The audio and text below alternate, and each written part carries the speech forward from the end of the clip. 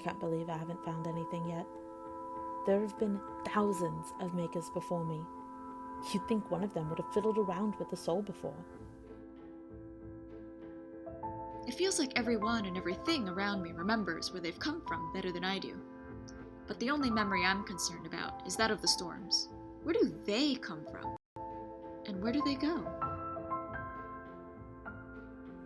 Honestly, I'm trying to make more friends. Some I can only hear. But they'll be here soon enough. After all, that's what summoning's for, isn't it? I'd love it if you could be my friend too. The thing is, I can't help but wonder. Without all of those pieces, even just one or two, who would you become? And the people for whom those pieces are gone, who have lost the parts of themselves that magic has decreed one small piece of a whole, what happens to them?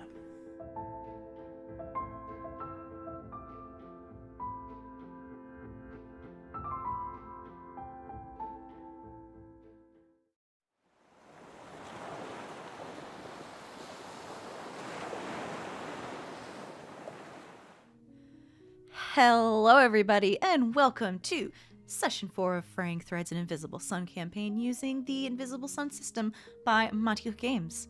I'm your Game Master, Mare. I use they, she pronouns, and we're gonna go in, everyone's gonna say hey, hi, who they are, who they're playing, their character sentence, then we'll go into a recap in the game. Since Kian will be doing the recap, we're gonna go in a counterclockwise direction today, starting with Gena.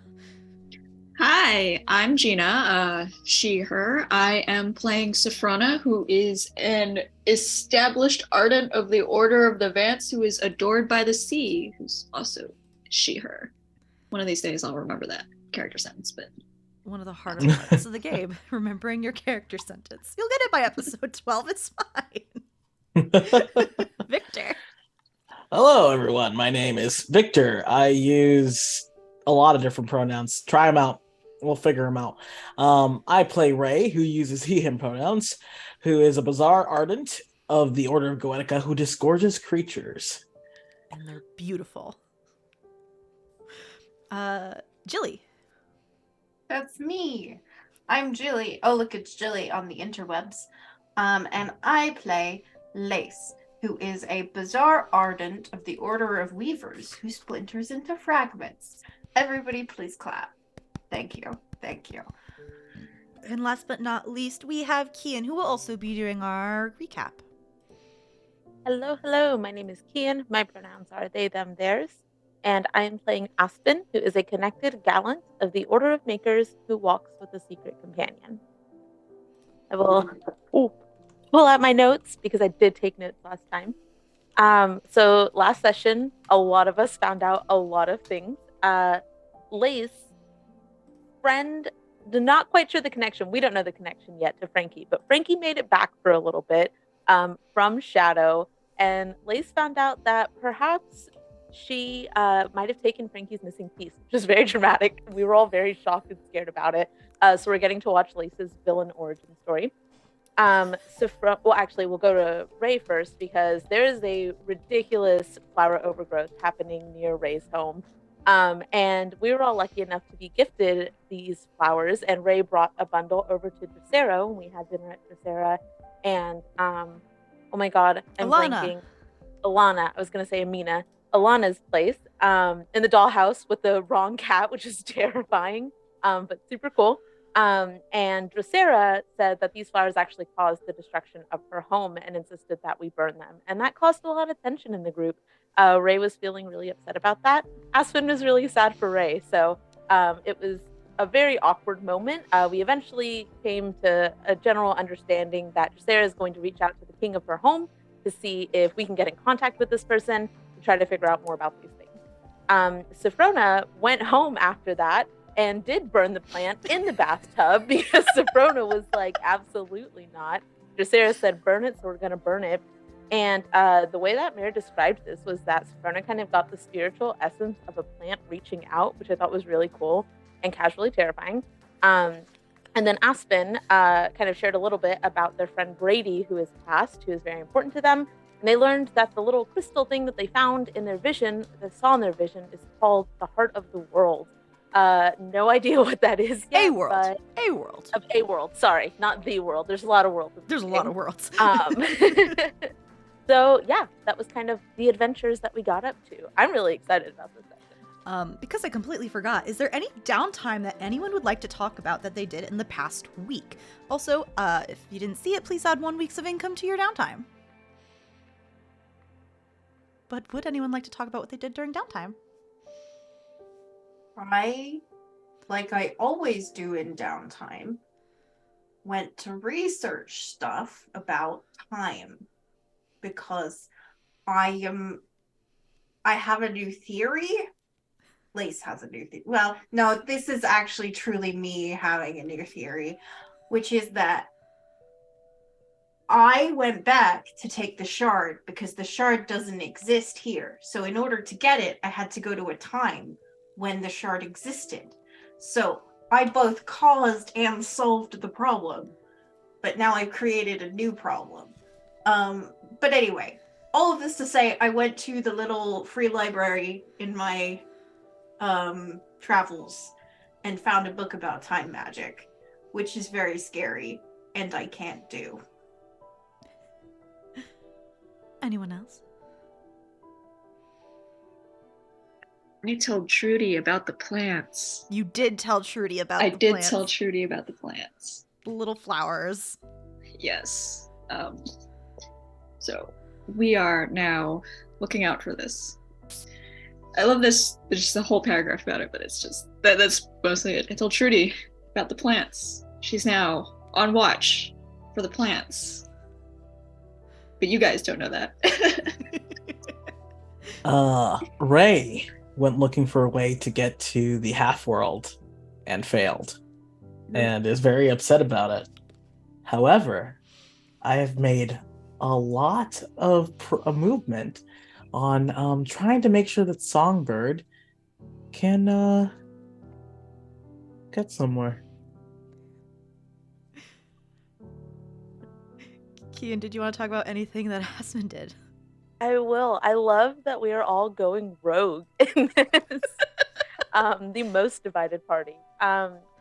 So Aspen had reached out to the unseen children, which, if you're not familiar, are ghost children who kind of wander around. No, they're our physical. They're not ghosts. Sorry. Are they? No, they're just kids. Yeah, they're just kids. In my head, they were not just kids. That's so much more terrifying that they're just these kids that we call the unseen children.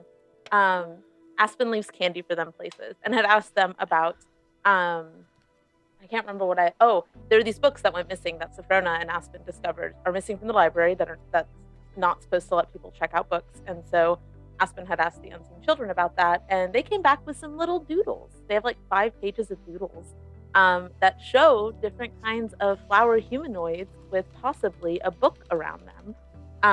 So kind of curious about that. Aspen is going to share that with the group.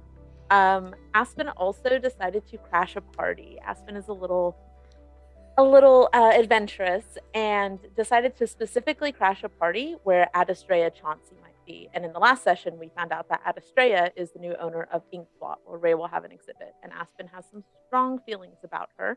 So Aspen decided to crash a party and kind of, do a little bit of snooping. Didn't learn anything about Adastrea, but did discover a fun little thing that is probably going to come into play in this session. So I will talk about that later when it comes up. Discovered a thing with a 5-finger discount. Yes. The best kind of discovery. And is not unheard of for Aspen. Osmond, the capybara, was also stolen. So, we're just living up to our favorite habits. Is really You what did we do. try and steal that Consistency. animal from the petting zoo as well. I did. And as far as I know, I was much more successful at stealing this thing than I was about the You were. animal. So fingers crossed that nobody knows about it. But yes. Anyway, let's get started with the first card pull of the game and our scenes. But everybody, as a reminder, Invisible Sun has mature themes. There's so many. I couldn't fit them all in the chat command, so just please be aware, please be safe that there are some adult themes. But our specific content warnings for this game are body horror and manipulation. So please take care of yourself.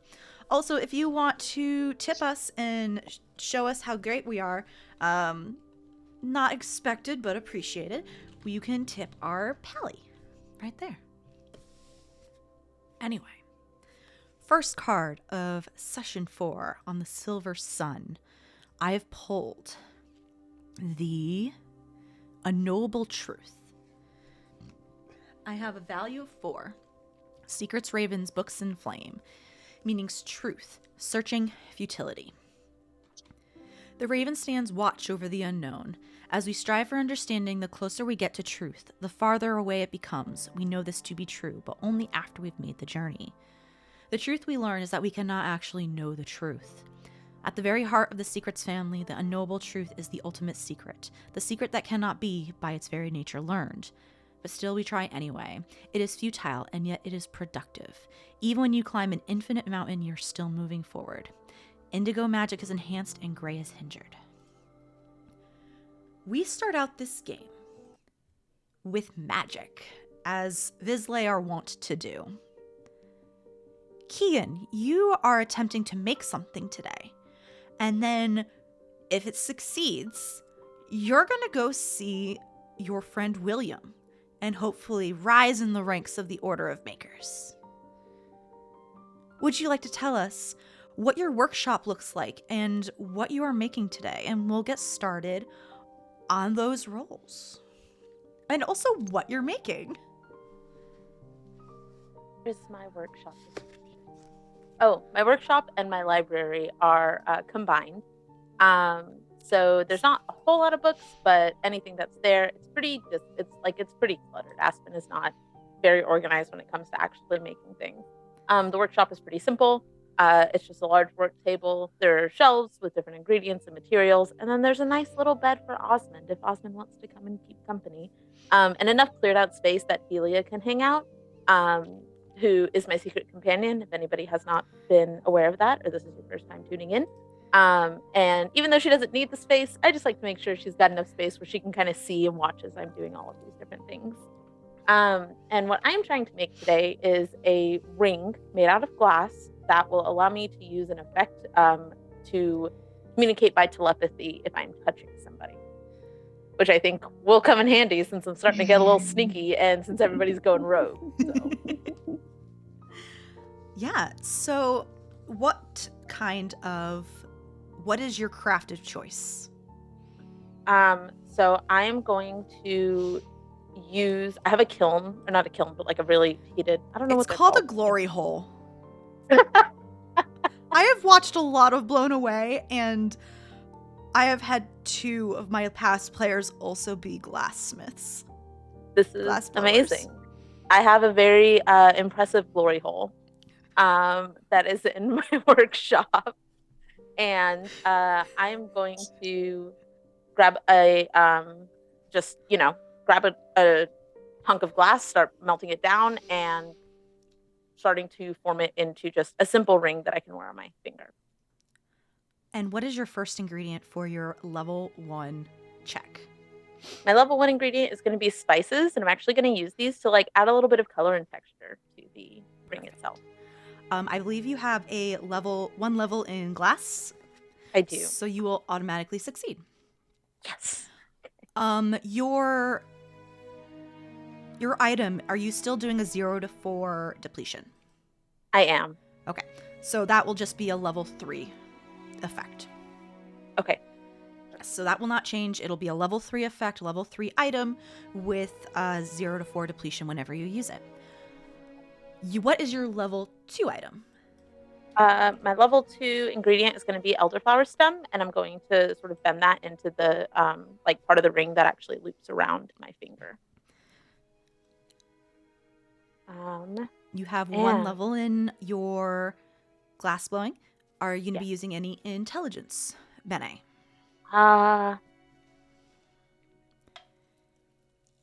Do I have to roll for the power source as well? You do.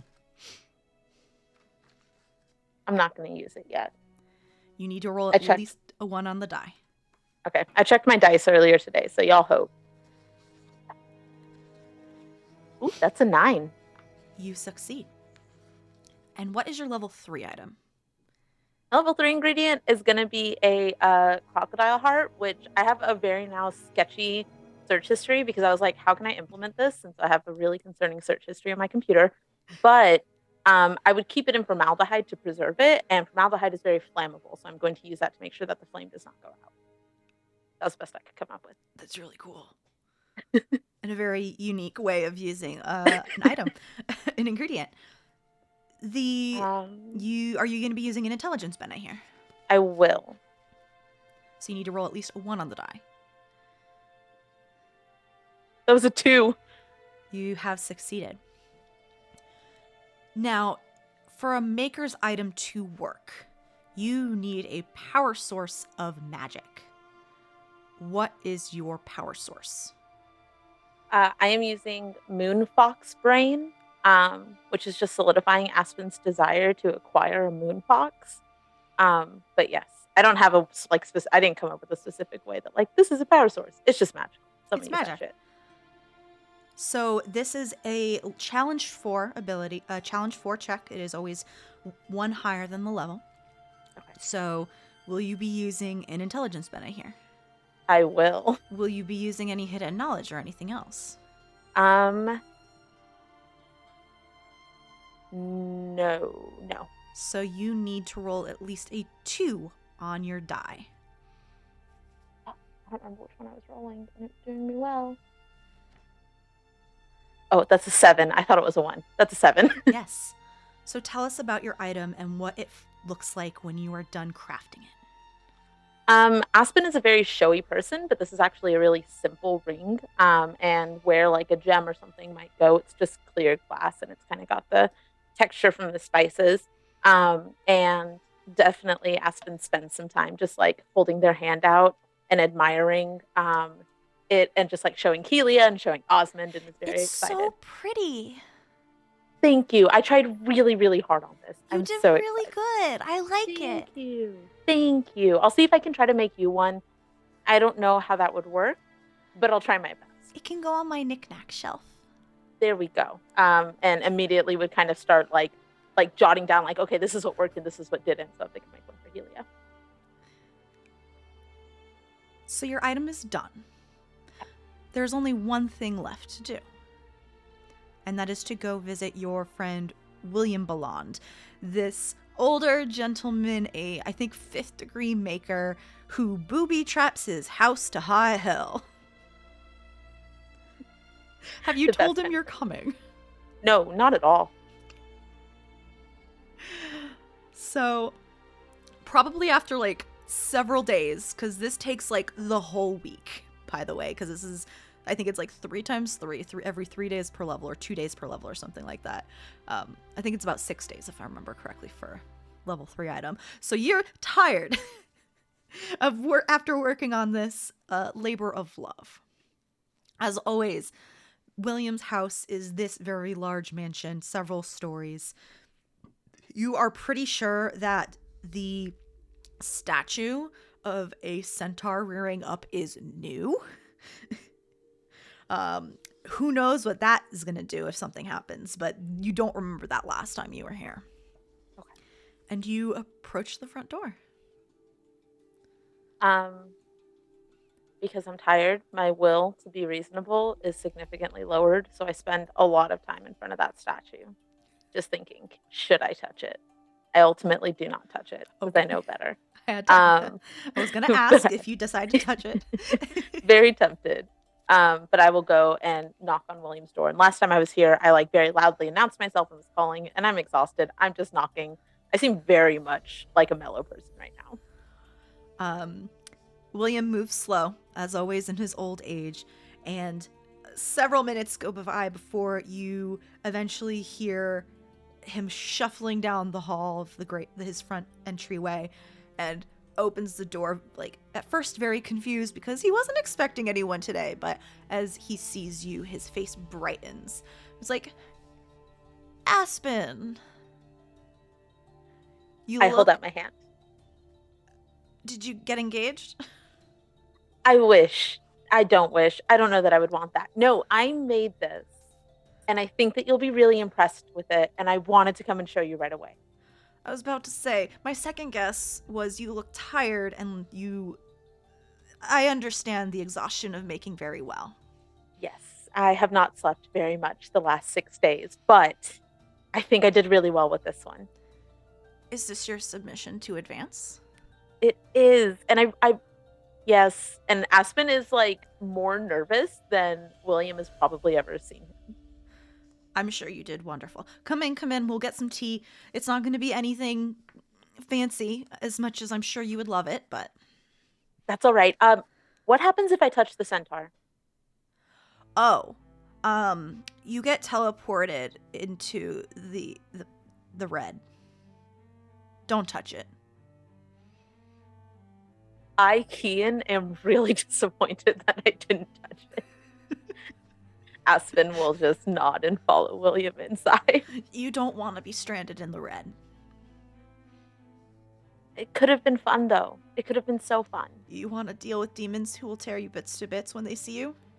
No, but if I survived, it would have been a great story. If you can get back. I'm sure somebody has done it. Are you aware of how much a sunship costs? No, but... Would you like to know? No, absolutely not. William, let me just live with this fantasy that if I had gone there, I would have made it back. And I would have a really, really good stories for my friend Ray, who I need to tell you is having an art show soon, and I need you to be there. But we can talk about that after. I'd love to come. If it's open house, I don't want to intrude. Oh, it absolutely is. Open house for you, at least. I don't actually know. I haven't spoken to Ray about the details, but I'll be inviting everybody because Ray's really, really good at his craft, and I want to make sure that they have all of the support.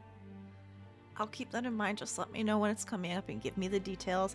I'm not doing anything except getting closer to dying, so just invite. I'll come. I'll be there. Hopefully slowly, William, as I'm taking off the ring and handing it over. He leads you back to the kitchen, where once again there's no cookies this time, but he does set you up with a nice cup of tea, and he holds his hand out for it. I like to think that there's like a little bit of a heavy weight to it as I drop it in his hand. So what's it do? If it works, I should be able to communicate telepathically by touch. And he puts it on his thumb because your hands are a little bigger than him. His is just getting old and scrawny with age. But he puts it on his thumb and then comes up to you and he's like, may I? Absolutely. And I hold out my hand like I'm waiting for it to be kissed. He does not kiss it, but he will take your hand. And he stops and he thinks for a second. And in your mind, you hear, you did a very good job.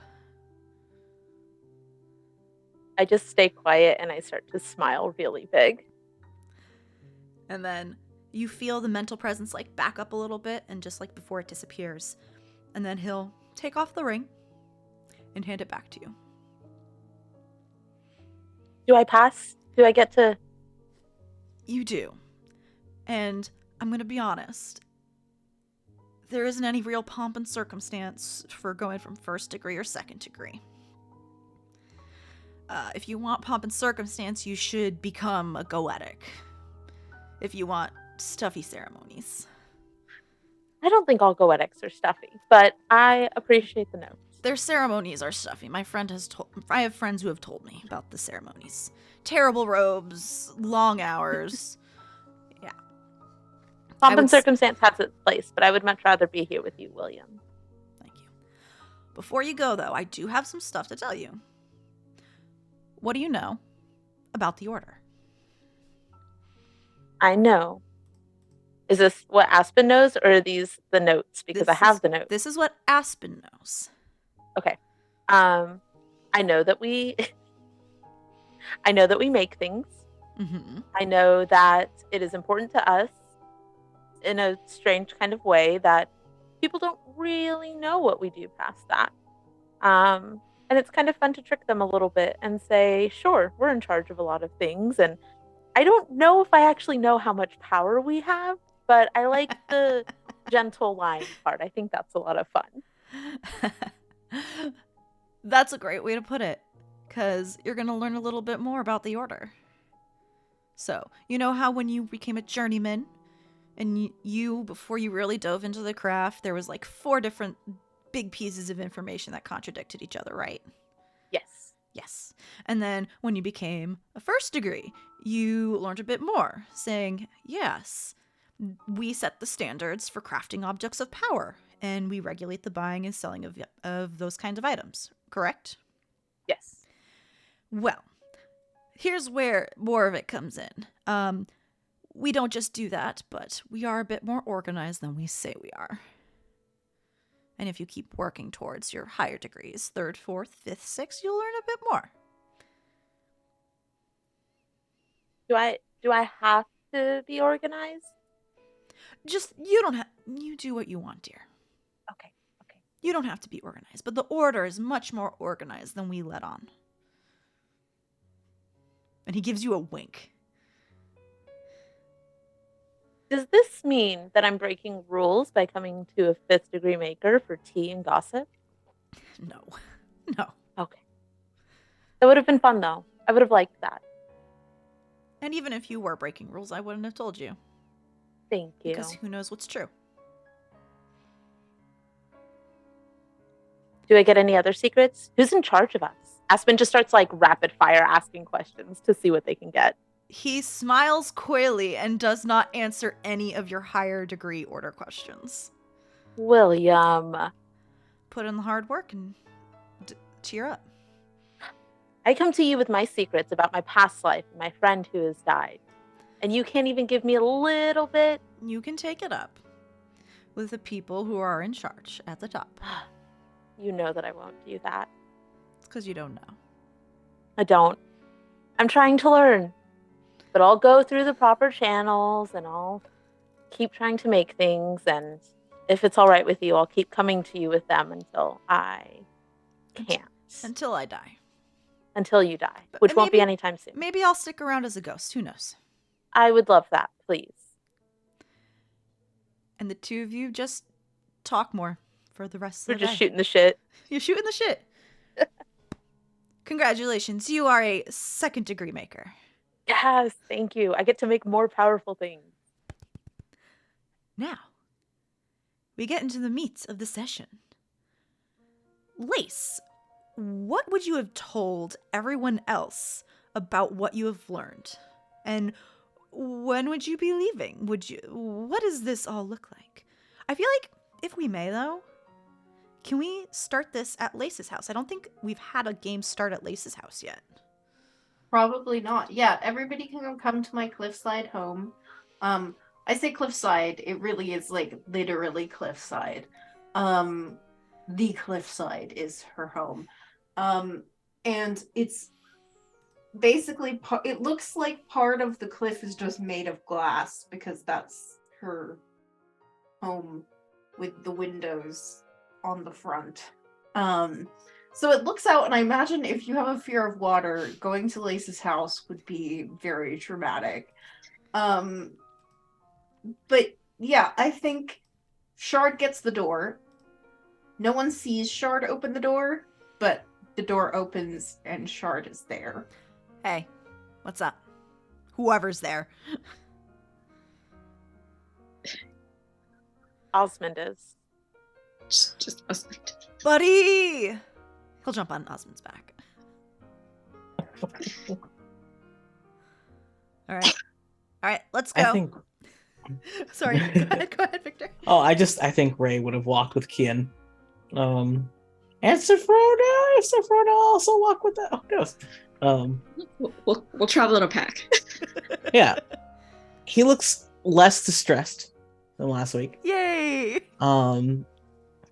Yeah, because he got to teach one of his best friends how to do like some little clay work. In fact, what what would have Aspen tried to like make? Aspen would have attempted a little like mismatched monster like what you've made, a mishmashed creature. Um, it probably would have ended up looking like in their brain it was some kind of like crocodile, like a winged crocodile situation. It probably ended up looking like a very elongated human with like one arm that looks like it might have just gotten ripped off. Like it, the proportions did not turn out right. The wings kind of just look like little clumps above it. It's it's a little messy, but Aspen is very proud of it. I think Ray would have fired it and like and had it ready to give to Aspen when they walk together. Um Is this what I made? yes. Horrifying. It That's above table. That did not come out of Sabrona's mouth. Aspen immediately turns to glare. Did you name it? Could you name it for me? Oh, do you want? Oh, okay. Usually I don't name other people's pieces. No rush. You can think about it as we walk over if you'd like. Yes, but yes. I would love that. Very. If you ever want to learn how to do some clay work, Safrona, I'm happy to teach you as well. Seems very sticky. Yeah. There's like gloves you can use, but it's not the same. It doesn't seem efficient. Yeah, no, I it's not the don't- same. I don't think it's for me. That's fine. You can like light them on fire if you want. Like you can do like the glazing parts. That isn't so sticky. That might be a thing. Shard leaps off Osmond's back into like the front entryway and hops over a pile of like dirt. Be careful about that. Moliere stopped by. I chased him out, but he left his dirt everywhere. So just be careful. Which point Lace, I think, swans in and just like automatically hops over the dirt pile, like without even thinking about it, just like boop. Oh moly. So what is it that we're doing? Well, Where are we going? remember last week I said that I knew someone who knew someone who knew a lot about plants. And I thought that we should probably go find out more about these plants. And that's really it. So this is one second, let me open my brain thread. I didn't in the post that has the information. I made a copy of it for myself because I knew. Oh, I have it. Okay, I have it. Yes. So my friend Arya, who is also a weaver, knows someone named Hector, who lives in the Marquis Quarter and is a botanist. He runs Elias's Greenery.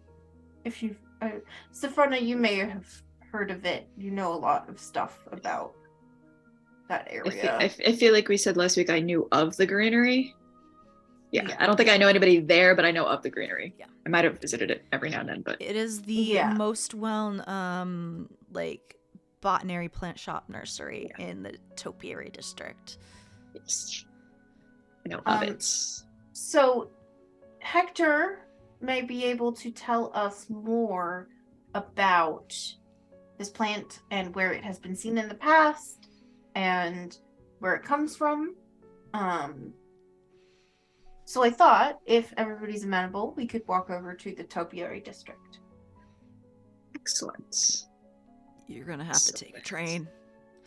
Well, we could walk and take a train to the topiary Walk district. to the train. You have to go Does to Shard- the train because hold on. Does Shard want to come? Or does Shard stay Um, here? Is there gonna be catnip? I mean, it's a plant place. Catnip is a plant. If I get bored, I'll wander off. Sure. Just make sure you take train fare for that. I have enough. I mean, I'm really. Lace has no idea about this. I'm reasonably sure that one of the rooms that is shards is just full of orbs. So. Okay, I found what I was looking for. This is the map. This is the upper half of the map. So in order to get to the topiary district, you are over here in the hollows, and the entrance to Fartown is a little gate in the hollows. So you need to leave Fartown and go into the hollows to catch the train to go to the topiary district over here. That's far. It's not that far comparatively. Oh yeah, no, but like It's a as far as It's a magic train. As far as our houses are concerned, like that's Yes. far relatively. As far as your neighborhood is concerned, yes, it is decently far.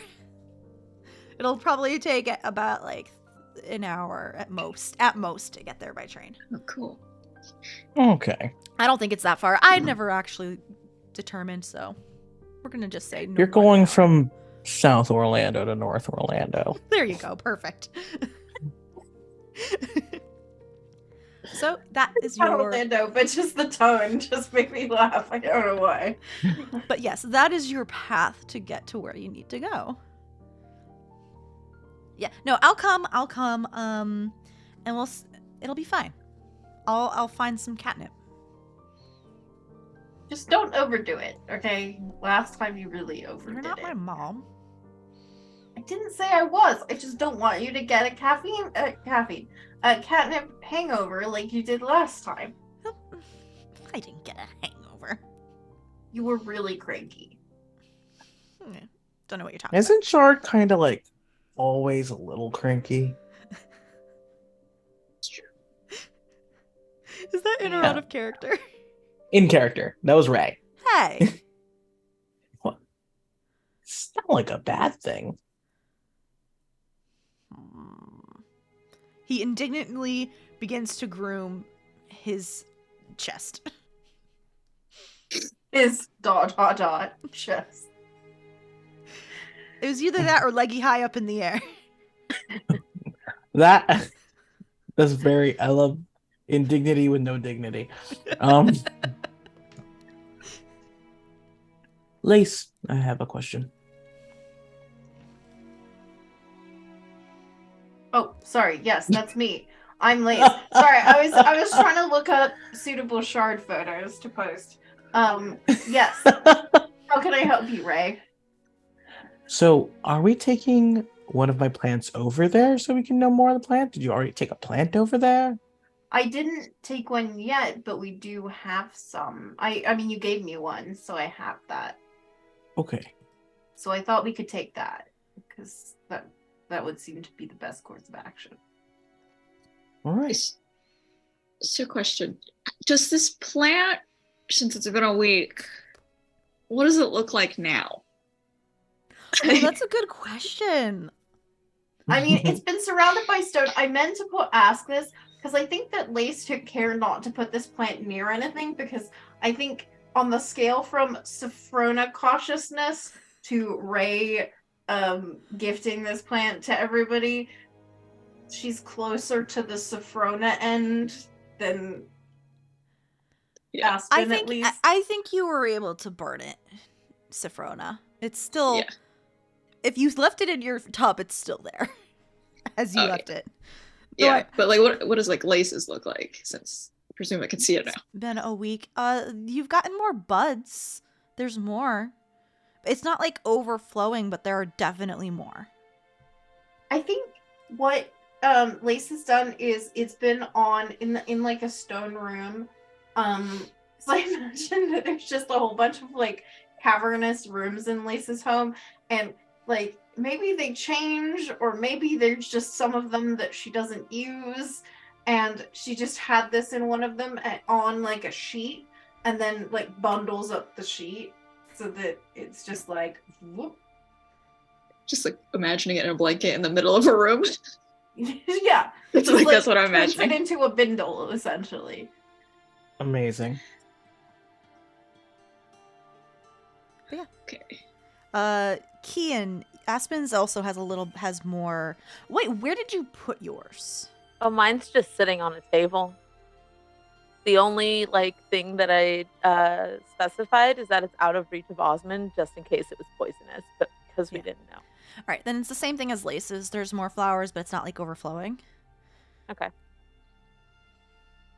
I think Lace maybe subconsciously and maybe not was trying to control the pollen, where the pollen would end up.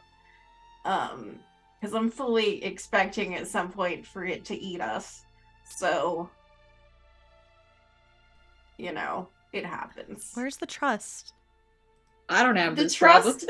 The trust is that 2 sessions ago we were chased by carnivorous plants for a majority of an evening. It's fine. It's fine. It's fine. Well, that's why we're going. We're going to get it identified. So Lace will kind of swing it over her shoulder and just kind of... Okay. Do you make your way to the arch, which is how you get out of Fartown? Yep. Okay. When you all begin to exit Lace's house, you hear... What is it? It's not the exact same tune that you would hear on an ice cream truck, but it is a very similar vibe. And right outside of the edge of Lace's cliff, the 5 of you, 6, Osmond and Shard are there as well. You all see a bike, which is hooked up to a miniature dirigible, which is pulling a cart. And it says Donahue's Dirigible of Donuts. It's beginning to go by, and you hear the donut cart coming. We should definitely get donuts. Oh, I would agree yeah. with that. Ray wants some coffee. He does have coffee. Yeah. Coffee and donuts. Oh, yeah. Absolutely. We will. I feel like maybe this is just me, but I feel like we have to seize the donut whenever it passes us by, right? Yes. Yeah. Carpe donut. So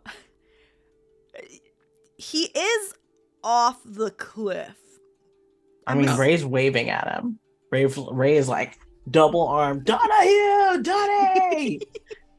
And as you are yelling for Donahue, he slowly turns the cart and begins cycling. He's not fast. He's cycling his way towards you before the bike and the cart are on the edge of the cliff. Good morning, kiddos. Oh, Ray's almost bouncing. He's excited for some coffee. What can I get all of you? And Donahue has no hair. He's got the little patches of brown skin on his head now that he's getting older. The spots. Very dapper looking gentleman though, with a striped button down with suspenders. Suspender gang. I want a raspberry donut With or without sprinkles? with, obviously. What am I, an animal? Sorry, Shard. And he starts getting you your donut. And you wanted a coffee. How do you take it? Full of cream and sugar. Is it more cream and sugar than coffee? That's like 50-50. Okay. Starts getting that ready. Just still way too much. What about you two? Donna, Do do you you- have any specials? I was going to ask that too. Donahue has his special is today anyway. These donuts that are regular donut shaped with a little chocolate swan head coming out of it and white frosting. I will take a swan. I don't trust swans. What do you have against swans? Fair. They have teeth. They do have teeth. It's pretty terrifying. Swans are assholes. I got bullied into making these. Even more reason not to. I don't trust them. Who Who controls your donut production? I do, but the swans cornered me in the air and said I need to make some swan donuts or they're gonna kick me out of the sky. They're mean. Are the swans are bullying you? Swans are assholes, Lace. I never really thought about it, but I guess they are. They are. In some ways, they're meaner than geese. That seems hard to believe. I don't know. Geese have never bullied me into like making an art project about them. That's true. Yeah. They're too busy. Like, you know what it is with geese? They have vendettas. Swans are just mean to everybody. Ray is gonna start paying orbs for everybody for the stuff that they have ordered. Sure. Before they can start like objecting. I'll just get a regular ruler because I don't trust a swan donut. Do Shard and Osmond want anything? Oh, Osmond gets whatever he wants. Osmond wants a bear claw. Appropriate. Shard wants a coffee. Of course. Well, and Lace has probably had a word with him about his caffeine intake, but you know, you can't tell Shard anything, so we'll just let Shard order what Shard wants, obviously. Gets the coffee. Never Shard hold the coffee. Don't you worry about it. Negligible. It actually, he balances it on top of Osmond's head as he walks. Oh, okay. It's very steady. Like Right? one of those desk things where it's like it dips the beak. The Ray, negligible cost you don't have to worry about taking out of your inventory. Yeah. I do think if we're talking to Donnie right now, Ray does ask if Donahue has seen the flowers popping up anywhere else in the neighborhood. Pull a card for that. I have pulled this one, which I took. which I took, and I pre-pull my cards sometimes so I can at least bring up the page. But like that's why there's a swan donut. Gotcha. Value 6 vision, swans, blades, and water. Meanings: good fortune, good weather, and latent talents. This is a companion card. So this is a card suggesting good fortune. Someone gets a lucky break. Now, is it lucky or unlucky if you see the flowers or not? That's the question. I mean, for Ray, I think he's just curious about just how invasive, because he's looked up the words of the dictionary now.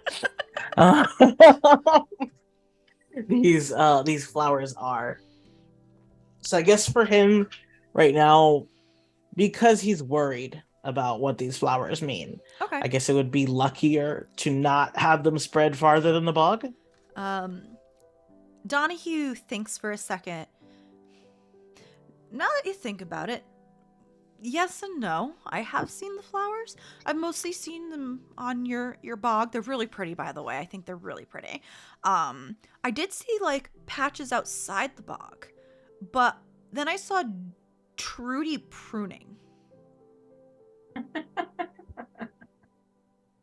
Well, that's fair. Trudy didn't ask for any flowers outside of my bog, and I know that, so, yeah.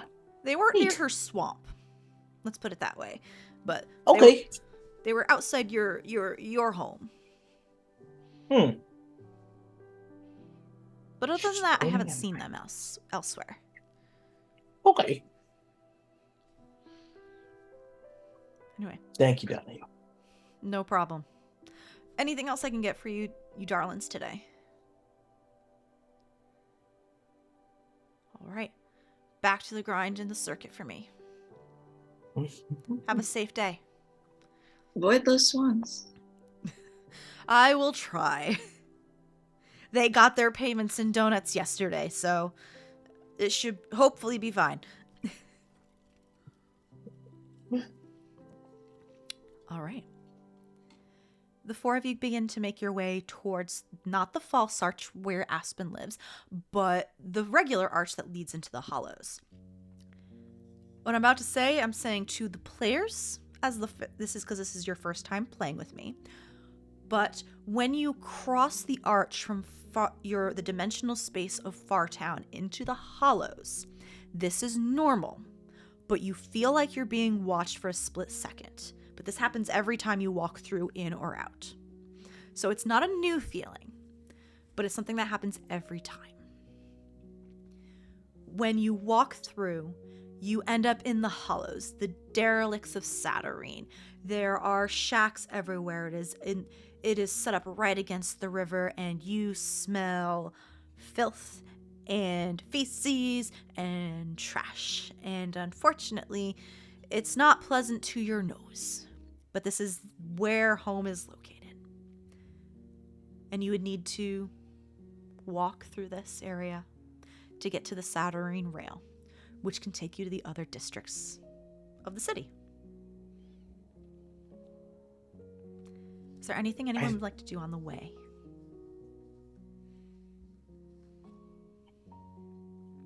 Lace shares her new theory about having had to go back in time. You know, I feel like Lace's theories about this over the last week have gotten progressively less coherent. So what I'm saying is, if the shard doesn't exist in the now, I would have had to go back in time and grab the shard that existed then and take it to me in the future. But why then wouldn't you just go, instead of going back to the future, if you already went back to the past, just go back right after you stole it and give it back, so then you have it in the future? Well, listen, I'm not that great at following through on plans. Maybe I intended to do that, but you're right. That would be the smarter way to do it. We should do that instead of the way that I'm gonna do it, which is not great. Or we can stop you from stealing it in the first place. Well, Wouldn't you theorizing all of this now already prevent all of that from happening? well, if I prevented it from happening, then why has it happened? I think that's what Sophrona just asked. I mean, I don't know what I just asked. Unless, I mean, it's also possible I have an evil twin or a good twin, depending on how you look at it. Maybe. As the four of you wait, and the train does roll up. It is this very sleek, metallic-y blue train. It's very fast looking, and if you've ever been to other parts of other districts, you know it's very fast. And as you enter and take seats, it just zooms off much faster than you would expect it to, and you see the ruined cities of the ruined expanses outside your window. Parts of the city that did not make it through the war and separate all 17 districts from each other. The Saturnine Rail is very calm on the inside. You do not feel the forces of what is going on outside upon your bodies. There's loop-de-loops, very sharp turns that shouldn't happen, at least in terms of way physics work. But you are coasting along, and sometimes if you get car sick, I would not advise looking out the window. Ray very firmly is always looking forward, and he can't sit like with his back to wherever we're going, so he has to sit in a particular space and look forward. He can't look out the window, and I think he's just enjoying thinking about time and being like, hold on, what if time splits just like the worlds? There's a lot of worlds. What if there's a lot of times? And maybe Frankie from one world was missing a shard too. And so you from another world stole this shard, and that's why it's missing from this one. I hadn't even thought of that. Mm-hmm. I need to find a book on parallel universes. Healy is looking out the window, excitedly. Even though this is not her first time on the Saturnine Rail.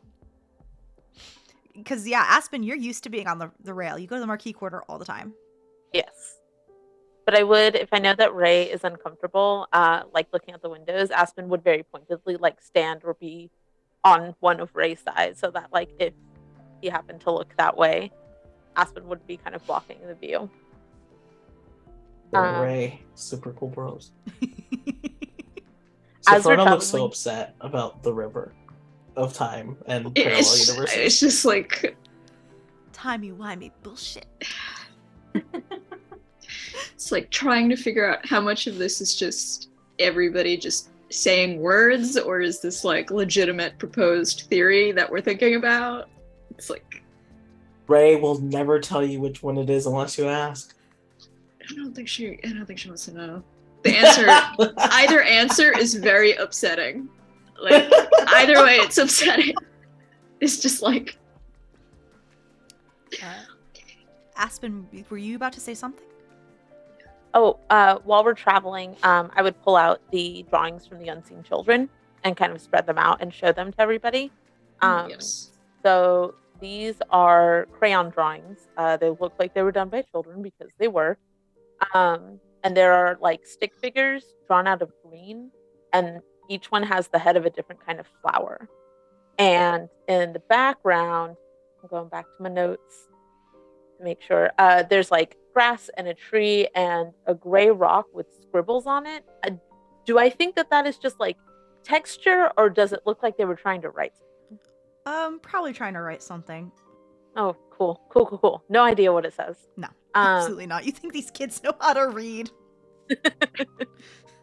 And then on a couple of this is like 5 different pages of drawings, but on a couple of them there are like small little rectangles that I am assuming to be books. And they do kind of look like Helia, just like being a humanoid flower creature. But Helia has no recollection, doesn't really recognize, or this doesn't recall anything for them.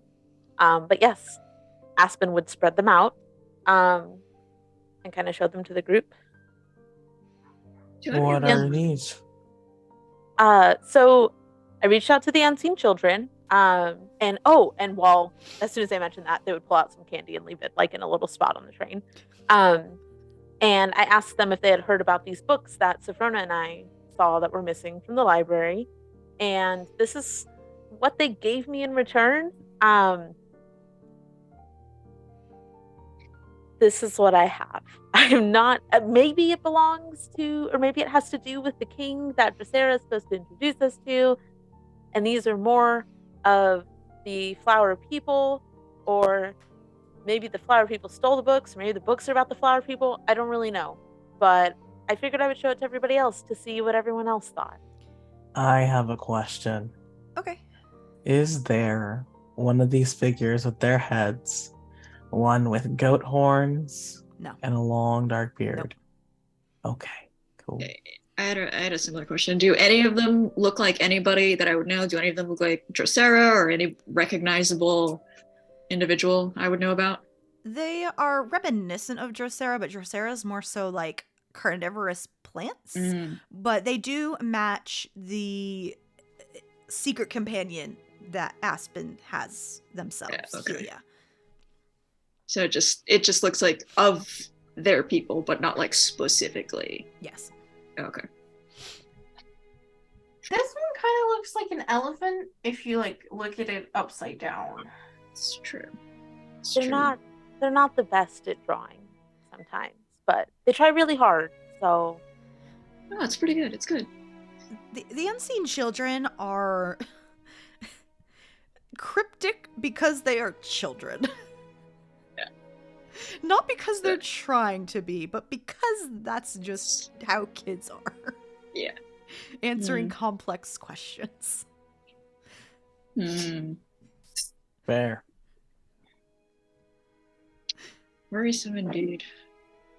maybe Hector can, I don't know, identify some of these. Maybe if they know plant people, they might be able to say if they've seen some of these people before. But I brought them along just in case, just to see if anybody knew anything. This one looks like it could be inspiration for one of your creatures, Ray. It's like It's got like a neat branch. It's got like a That line branch. it's a really strong line of action. Like this, Swirlies. could really use like if they got like a good like someone like to bolster their creativity. This could be a really good, Like a good blind weight. cross-hatching. So some of the flowers, a couple of the flowers look like this. A pink heart with tiny wings, white petals with a big yellow center, a blob of pink, and thin, long yellow petals with a brown center. Do any of those sound like anything that I would know, or am I just assuming they're random? Roll a botany check. Plant check. Now I have to pull up my notes to see if you actually pass. I have 2 levels in horticulture, if that helps. I don't... Horticulture is plants, right? Yeah, I think so. Okay. Then yeah, you can roll. Oh, that's bad. That's a 1. +3. This isn't like hidden information, so a 3 is fine. Okay. You can't really tell what the pink one is because it's literally just a blob of pink. That can be any pink flower. But the other ones, you can make, maybe this could be it. Just general ideas, but daffodil, black-eyed Susan, and bleeding heart, which you know are all perennials. Okay. Perennials, for those playing along at home, are plants, I believe, that reflower every season. Correct. Right? Every you year. Plant them and they come back. Those were annuals. Annuals has a 1 year, as a 1 year growing season, and growing, flowering, pollinating season. Like tulips are perennials, but because the bulbs are so finicky, sometimes they don't. Right? They're supposed to come back every year. I was present for when Drosera was telling us about the rebirth cycle thing. Okay. I believe so, yeah. I'm just like percolating in my brain. I don't remember what I said about the rebirth cycle, so yes, we're just gonna say yes. My memory has been shot. I love that we all switched to this flower talk and just totally glossed over Ray asking about a flower with. I was assuming that was out of character. Ray did not say what he was looking for out loud. Yes. Kian is very curious. Oh, listen! I loved your face. I loved your reaction. You were like, "What the fuck, Victor?" And everyone just kept going. And I was like, you know, I assumed that was in Ray's head. That's for next session. Oh my god, I cannot wait for Satan's flower. I'm Fear.png. I will identify all of these as far with the I think. I mean, it's children's drawing. A black-eyed Susan, a bleeding heart, and a what? A daffodil. Daffodil. And pink blob. Pink blob. So, well, this pink blob is Lace. Bleeding heart is me. Black-eyed Susan sounds really intimidating and cool, so that's Sophrona. And daffodils are very pretty, like Aspen. I'm sorry, did you just call me a blob? No, but you're very your energy. Blobby? I'm pink. I'm just and also undefined because you keep cracking everywhere, but then reforming and. I don't have objections to the concept of lack of definition. It's more the immediate association of me with the word blob that I find objection to. You should just say sorry before she gets angry. Sorry. Okay. This is right. For those, by the way, who have not seen the majesty that is UK Triumph Mr. Blobby, this is what I'm thinking of right now.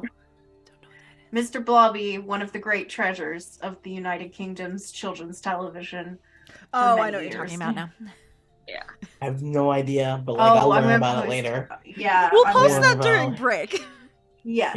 Yeah. Is there anything else you'd like to continue talking about the papers or anything else as you make your way to the topiary district?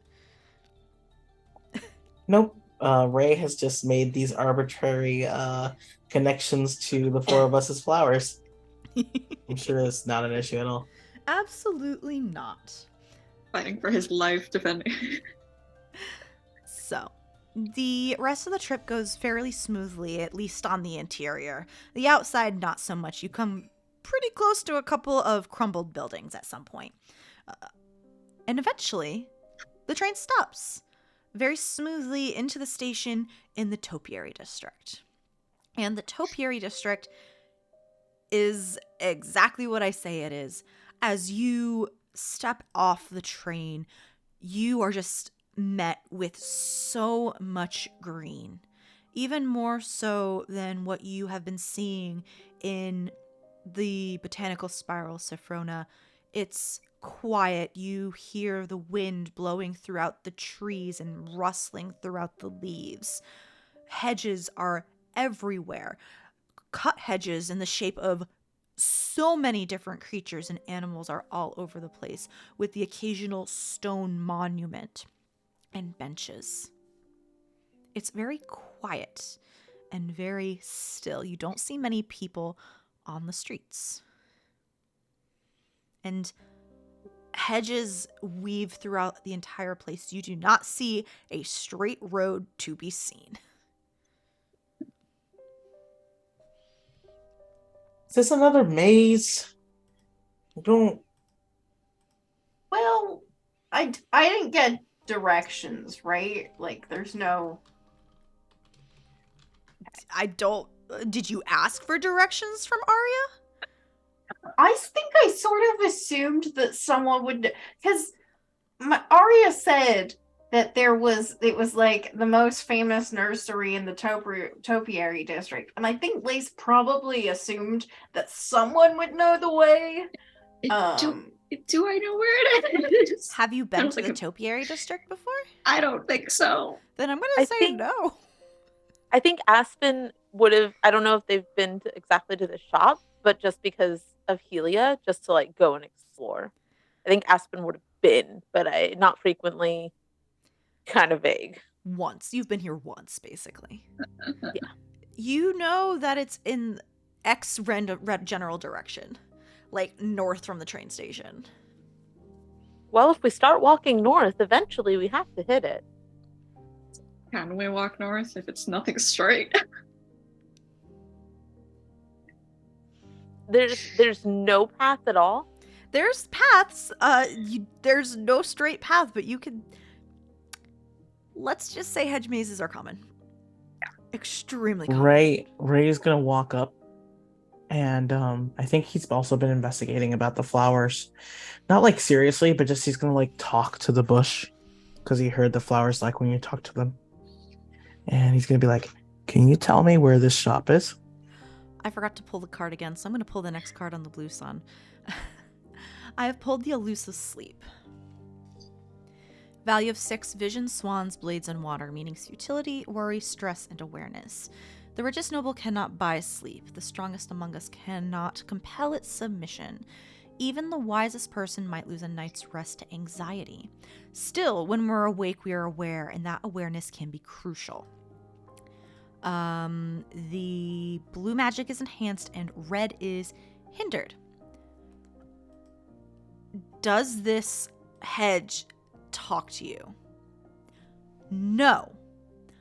But this entire district, now that you're getting a better look at it, there's a lot of bees.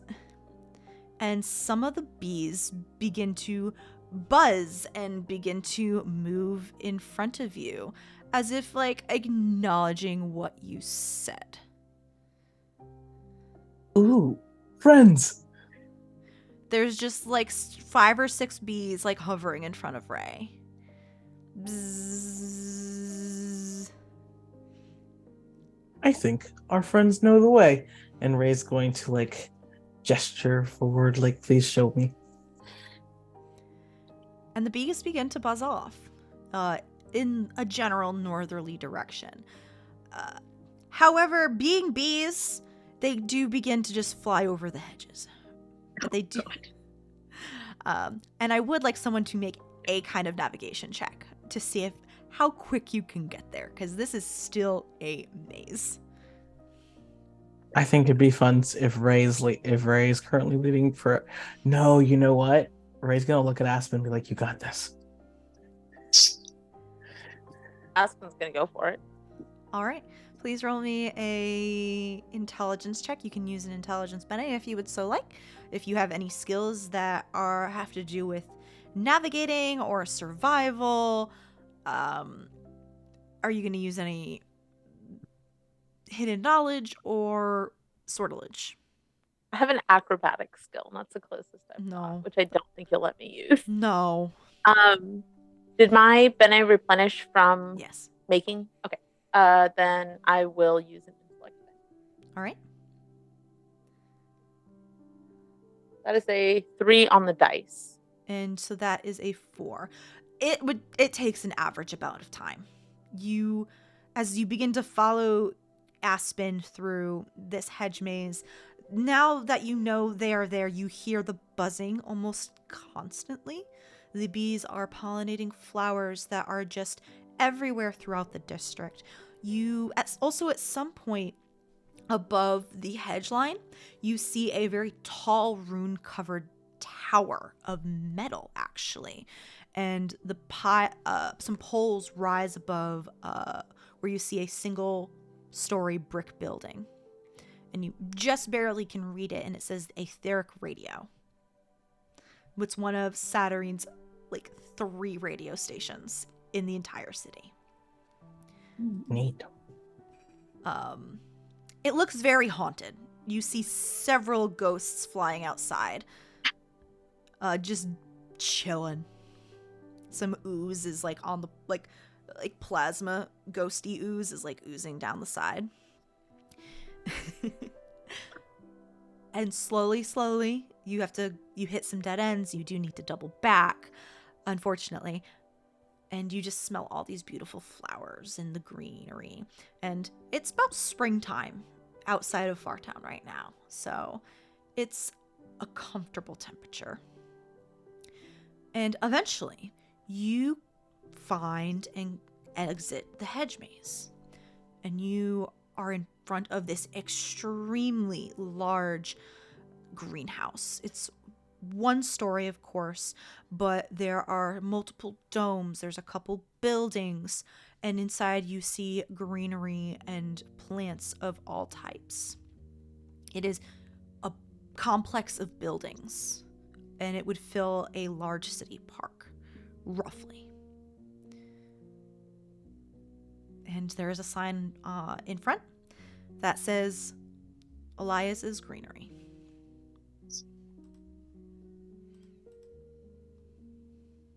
We found it. Ray Good job. leaves a couple of 3 crystal orbs in the hedges for the bees. That's really Shout out to the cute. bees. Save the bees, everybody. Save the bees. Save the bees. Do they have a concept of money? It's Saturn. They might. Yeah, I was just gonna say it's Saturn. They might. Would you like to know about these bees? Yes. So these bees are the source of all of Saturn's honey, and they pollinate the topiary district. This is called the apiary that houses all these bees with all of their hives is called the Bristol Apiary, and it is home to more than 1,000 bees. It includes wooden hives, houses, and surrounding parks filled with flowers. There are no beekeepers at all. They died during the war, and there's no more beekeepers. But the bees seem to be doing fine without them, so. The hives operate as a single entity with a queen, with a hive mind. They don't need any beekeepers. So they might have a concept of money. Considering they began to lead Ray in the direction of the nursery, probably. Probably. Yeah. See? If nothing else, they, even if they can't lift the orbs, they can direct people who want to purchase things from them towards the money, and thus encourage trade. So I feel good about this decision. There is a I think that's worth cafe in the 4 area. orbs. Like Ray is just gonna Ray puts 4 orbs in that just for the beast. There is a cafe in this district that is owned and operated by a self-aware tree. Oh, I thought you were gonna say B, and I was like, we are going there. I mean, we Oh, may still man. go there, but But yes, You know, sometimes you have to give yourself a little bit of grace to be like, you don't gotta be so self-aware. but yes, so you are in front of Elias's greenery. It is the most well-known and successful plant nursery in the city. Lace, did you talk to your friend Arya to talk to Hector at all, saying that? yeah, I don't think I gave like a time, but I think I asked Arya to kind of let Hector know that I might stop by with a plant question. Arya would have told you that she would have let him know. There would be she knows how she is. There would be no problem. They love plants so much. They're not going to say no, and they love talking about plants. So yeah, I think Lace opens or leads the way in with Shard, I assume, because Shard is, I assume, looking for the catnips section. When you turn to look for Shard, they're gone. Sure. Lace, unsurprised. Probably found the catnip already. So I guess I will head in with whoever would like to join me. Are all of you coming? Yeah, Ray wants to know about the plant very badly. Sure. The 4 of you enter some of the non-greenhousey buildings, some of the more officey buildings. And you head in. There are windows that look out into all the greenhouses, and you see amazing works of art, whether it is trees shaped into artistic shapes, or more hedges, or just a marvel of colors through seasons and seasons of crossbreeding, which results in a whole new plant. It's really beautiful as you are looking around. And eventually you do see signs leading off into like certain offices and the like. And eventually you do see a sign that leads off in a direction pointing to botanist's catalog, which would be the area you'd need to look for Hector Lace, because they specialize in the historical cataloging of plants in and around Saturnine.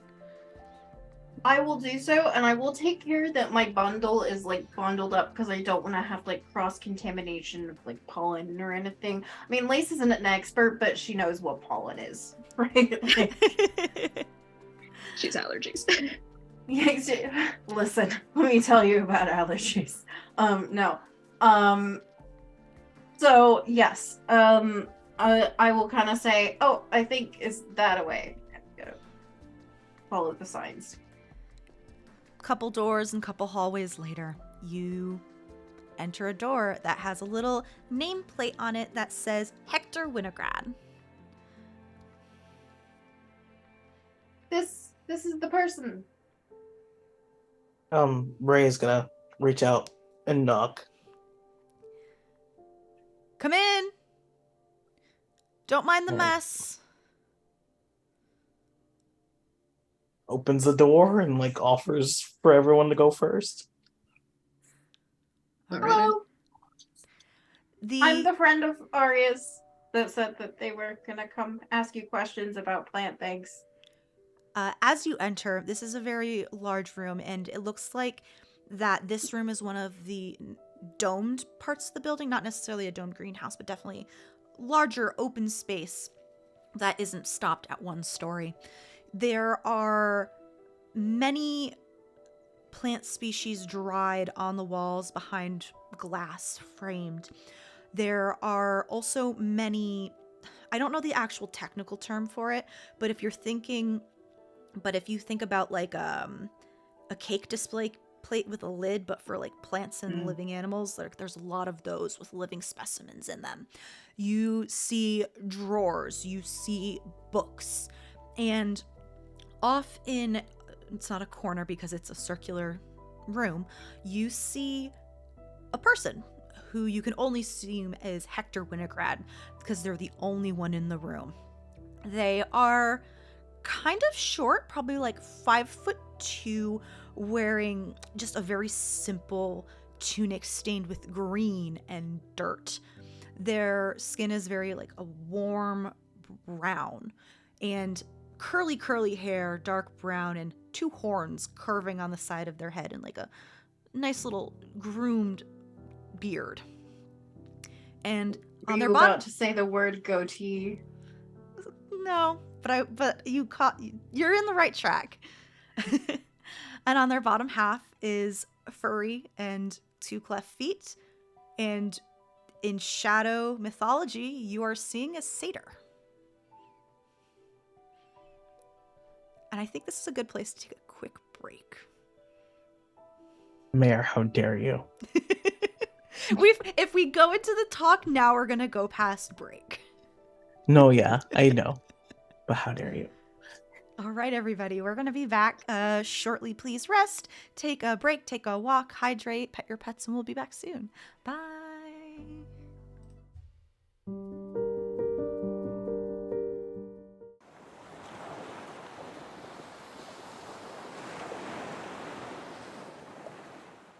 We are back. Hello, everyone. Welcome back from break. We have returned. I apologize for the mini cliffhanger of meeting Hector, but we are back. As the 4 of you plus Osmond enter, I forgot my camera. I apologize. Thank you.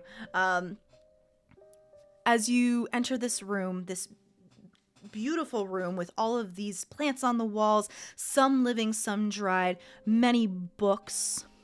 You see Hector Winograd, a friend of Lace's, who, for all intents and purposes, looks like a satyr.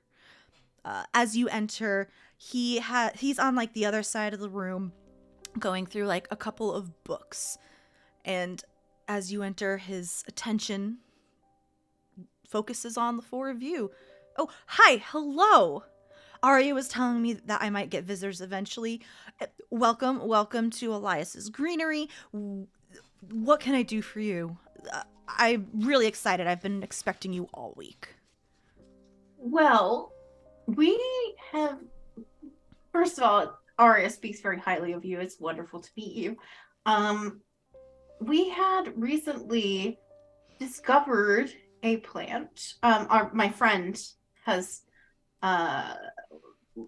Ray can speak more to it, but it has, I believe, cropped up around Ray's home. Sure. And we are hoping to learn more about it. There was some concern from a friend of ours that it might be the same plant that had a negative effect on her home plane. So okay. We just want to be cautious and find out anything we can about it. And I think Lace is choosing her words very carefully, and will sort of turn to Ray to see if Ray looks offended by anything that has been said so far. Ray is staring at Hector. Are you okay? Can I get some water? Or there is tea and coffee in the break room? Or I think someone might have brought... I like your... what's it called? Beard. Oh, thank you. Has it ever been longer? Sometimes, but I tend to keep it short. It's easier to keep clean that way when I'm working with dirt all day. And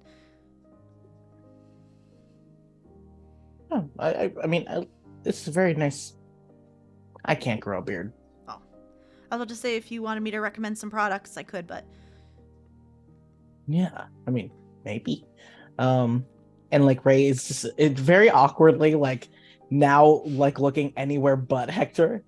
Uh, These weird actions might seem more like weird attraction versus like, who are you?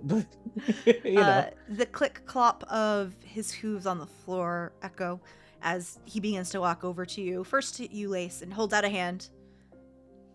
Does a vigorous shake up and down before offering his hand out to everyone else.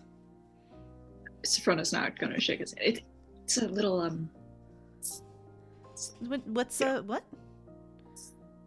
No, it's a little. It's uncomfortable. Oh, okay. She's I shocking. say no more. Say no more. I don't want It's to an shock electric experience. This is an electric experience. I feel like that's a reference to something, but I'll take your word for it. But yeah, nice to meet all of you. Yeah. How can I help? Well, the plant I've got it here, and Lace will sort of like hold it like they're looking for a place to set it down. Just like There's like a bunch of tables. They're covered in stuff, but you can move something. I think Lace will keep it separated from like any other plants that are around. Like Lace is unobtrusively keeping quarantine on this plant. Yeah. Safrona will, if Lace is looking at any specific table, will, like help move specifically any plants, any dirt, brushing it off, anything like that. Yeah. There's dirt everywhere. You're not going to be able to get all of it. As much as possible. How pretty. It's very pretty. Right? So you said you maybe wanted to try and figure out what it was, or where it's from, or Where it has appeared, what it does. I recently had a vision with some unrelated plants that I also wanted to ask you about. Well, maybe they're related. I don't know. But we want to find out as much as we can, I think. And she looks around to the group to see if anybody has anything to add. I mean, Ray would be like, well, they came from a friend who I speak with in my dreams. I've heard weirder. I have reason to believe that it's untoward. Yeah. I mean, doesn't that mean rude? My friend isn't rude. It can mean a variety of things. It could be, but yes, you are correct. It usually is a negative connotation. Very specifically trying not to say dangerous. Yes, let me see what I can do. I have a couple books. I can start flipping through. They're usually, I find it easier for them if they're organized by color. You said you have no basis on where this is from, except that it's from a friend of yours? Yeah, they are a friend who has been having trouble, where they are, and I've been sort of connecting with them for a long time, and as a gift for our connection, it started popping up in my bog after a dream. If it is the same plant that our other friend believed it was that had a connection to her half-world, then it has appeared at least once in a very aggressive manner, many hundreds of years ago, but we don't know beyond that whether it is the same plant or it just looks like the same plant or... Okay. And what does this plant look like that isn't this one? Oh, the vines. I didn't say where they were vine, but sure, the vines. The vines, yes. Lace will pull out her sketchbook because she did sketch the dream vines. Did you sketch them in color or black and white? color, I think. I mean, probably immediately after it was just in black and white, but later I think she probably would have filled in the color because she offered to do it for everybody if they wanted to. So That was like what, a month ago at this point? yeah, 3 weeks, I think. 3 weeks. yes, 3 weeks. Yeah, that might probably. 3 weeks. So you plop the pot on the table along with your sketches. So Hector actually steps up on like a stool to get like a better good look down, vertical look down and everything. Getting his face really, really close to the flowers and just getting like, seeing how big they are, smelling them, getting a good check out. And then he moves to your sketches. And when he looks down at them, he's like, immediately puts one finger down on the sketches of yours. I recognize these. And I have a clipping here, if you would like to see it. Sure. What are they? I don't have a name for them. I just have a clipping. This is a historical archive, especially of plants that have grown and shown up in Saturnine specifically. So I don't really have anything from the green sun or anything along those lines. Mhm. This is a Saturnine or sometimes indigo archive, but mostly Saturnine and what has been grown within the topiary district. Okay. Give me 1 minute. Turns around and begins clopping away. His little. Can I look at the vines? Yeah, are you following him? He's going to get it right now. I want to look at the art right now. Yeah. I mean, Lace will happily have laid it out on the table. Any of the sketches, if anybody else asked her to sketch something, she will have sketched it as well. Mm-hmm. I messed up again and I did not read the next card. So on the indigo, this is going to happen all the time. On the indigo sun, I have pulled the eternal mountain, value of 4, vision, swans, blades, and water. Meanings, unchanging, solitude, memory, eternal, long life. The mountains stand alone and unchanging. It always has and always will. Some find this compelling, others terrifying. The mountain sees all and never forgets what it has seen. The Eternal Mountain is the location card of the Visions family. Green magic is enhanced and pale is hindered. Which is kind of applicable because he remembers seeing this plant before. Ray, you're tall. You see Hector begin making his way towards where all of these little glass terrariums essentially are. And he's going through the stacks of them looking before picking one of them up gently, very gently, and begins walking his way back over to the group. By the way, Aspen, Healy is looking around everywhere. She's like on the other side of the room. And Hector comes back and places this very tall, very oval shaped structure on the table. And on the inside, you see a layer of dirt and twigs and moss with a small couple vines that you all saw in either your vision or, in Ray's case, dream. These green vines with purple tinged thorns, and they are just kind of waving around slowly.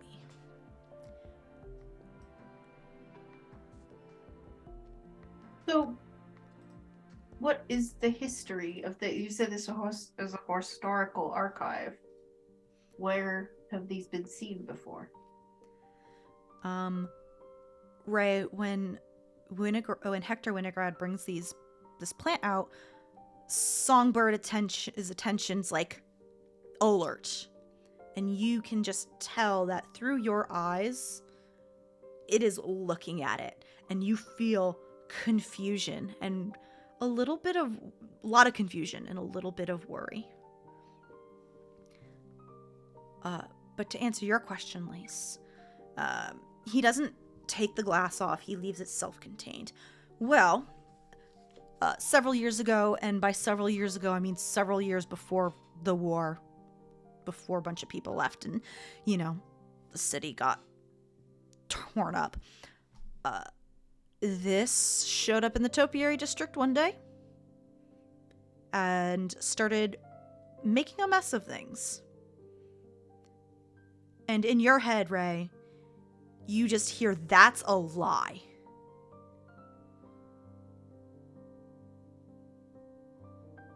Fine mess.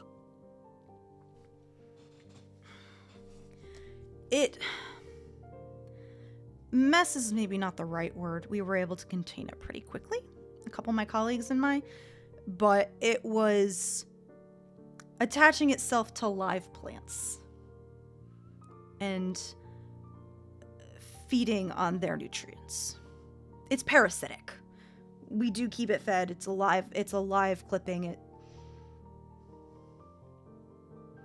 But if we didn't do anything, it probably would have kept growing. And Ray, in your head again, you begin to feel Songbird grow angry. And it's just, especially over the last week, as you've been able to get more information out of them, they become more coherent. Before they used to just talk in emotions and feelings and thoughts, but as they've begun to remember more, there's full thoughts, full consciousness. And you've talked, especially, and you've had like full conversations in your dreams over this last week. And Songbird once again says, "That's a freaking lie. I haven't been to Saturnine. Yeah, that looks like me, but like it's not me."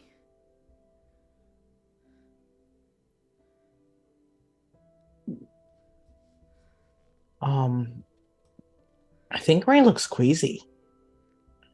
You know, and it's just sort of like,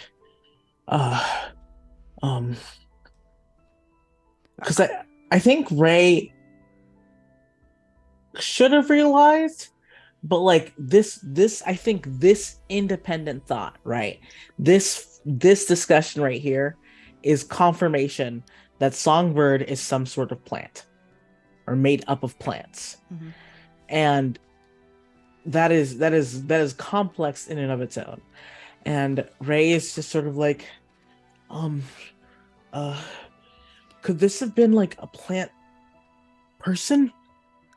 Are you okay? Do you need some ginger or something to settle your stomach? You don't look well.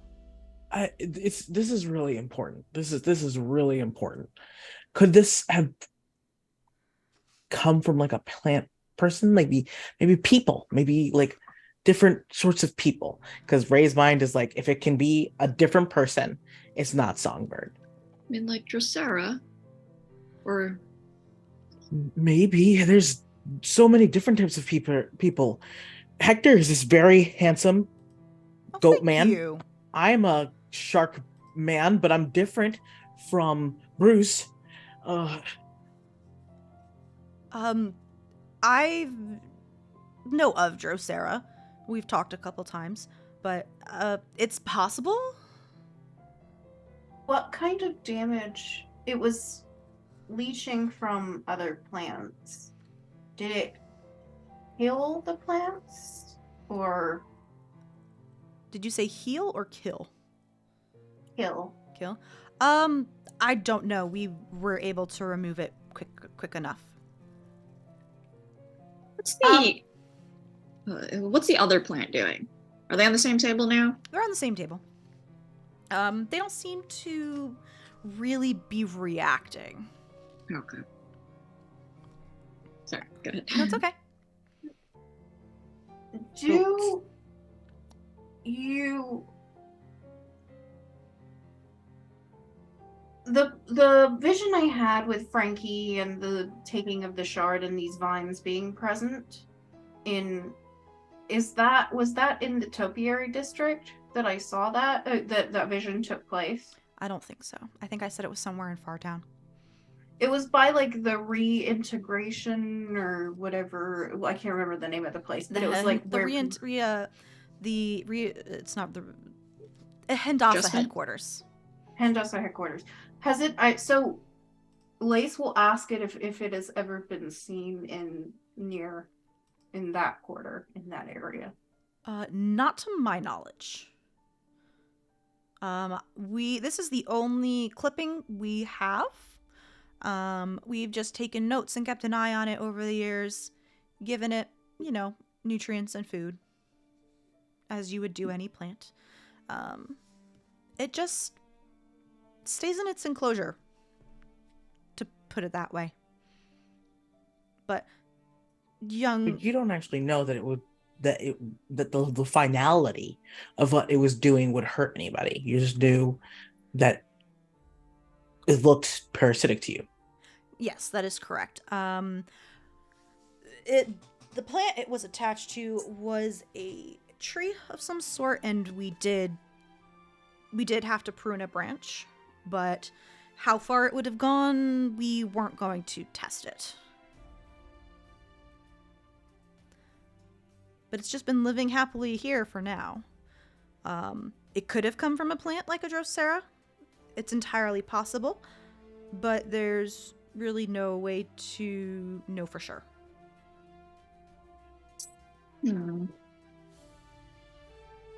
Mara, Yes. one question for you. Yes.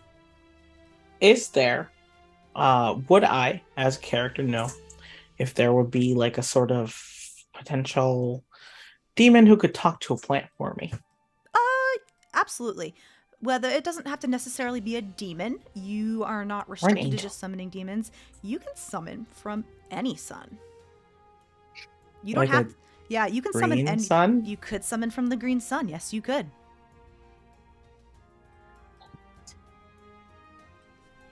I was so close to taking the forte that was talking to inanimate objects, and That's a good forte. Converses with everything. yeah.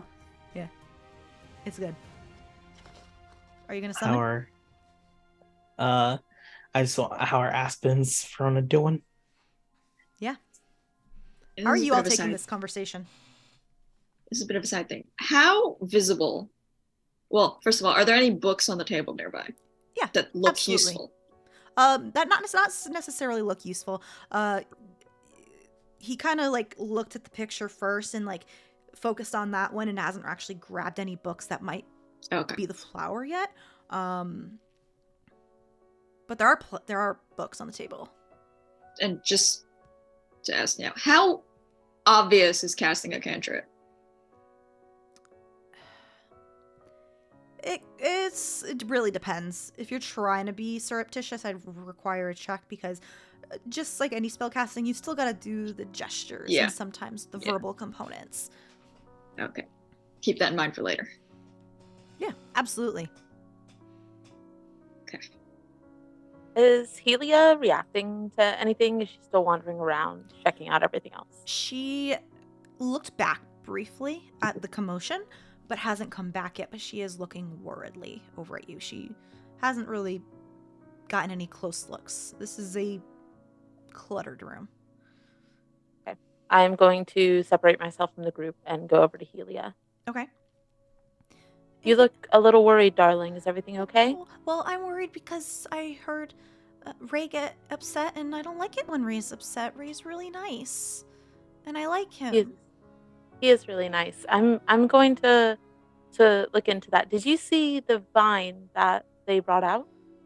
No, I haven't gone over yet. I've been looking here, and she points to a bunch of framed flowers. I don't want to distract you too long. Would you take a peek quickly and just let me know if you recognize it? Sure, I can look. I'll walk back with her. And I'm watching her to see if there's any kind of reaction that she has. I'm going to pull a card for this. Okay. The Ambassador, value 8, Vision, Swaths, Blades, Water, Diplomacy, Reason, Discussion, Intelligence. This is an adept card, so I need to play another card, unfortunately.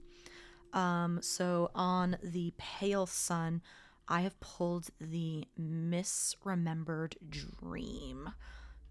Misremembered Dream. Value of 1, mysteries, rats, mirrors, and stone. Confusion, mistakes, change in identity.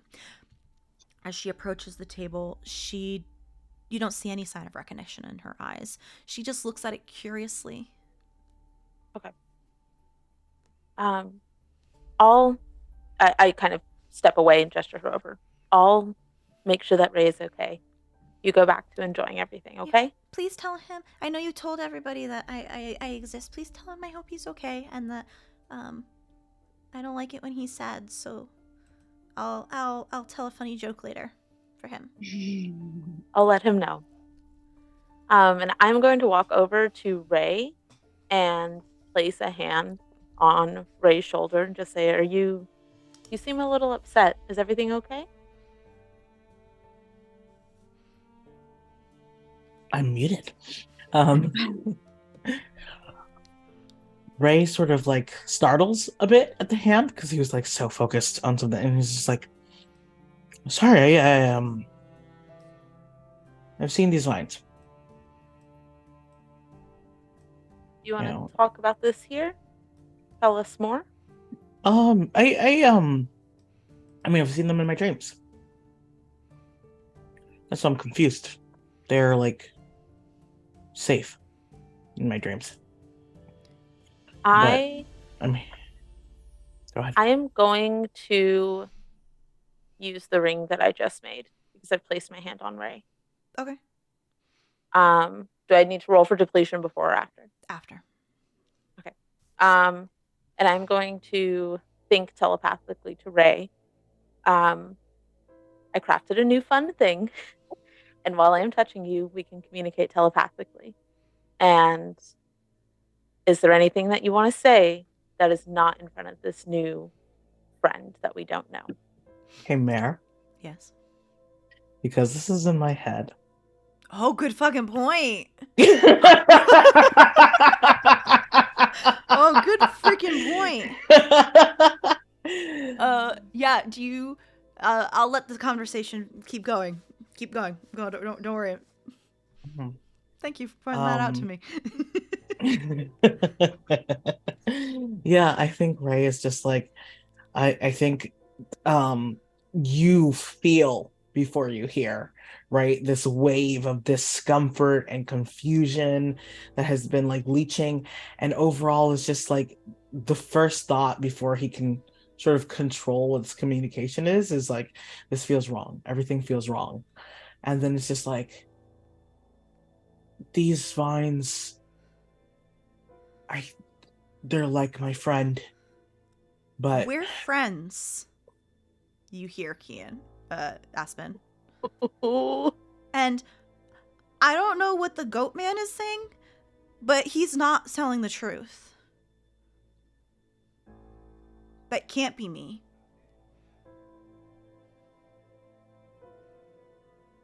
I will. Aspen, completely taken aback. Is this Songbird? Does Aspen say that out loud or in Ray's head? No, telepathically. Yeah. Ray answers like physically with a nod. Like, yeah, that's Songbird. My best friend, my oldest friend. Aspen will think, first of all, it is an honor to meet you, since you are Ray's oldest friend. And I think that we have a lot more questions.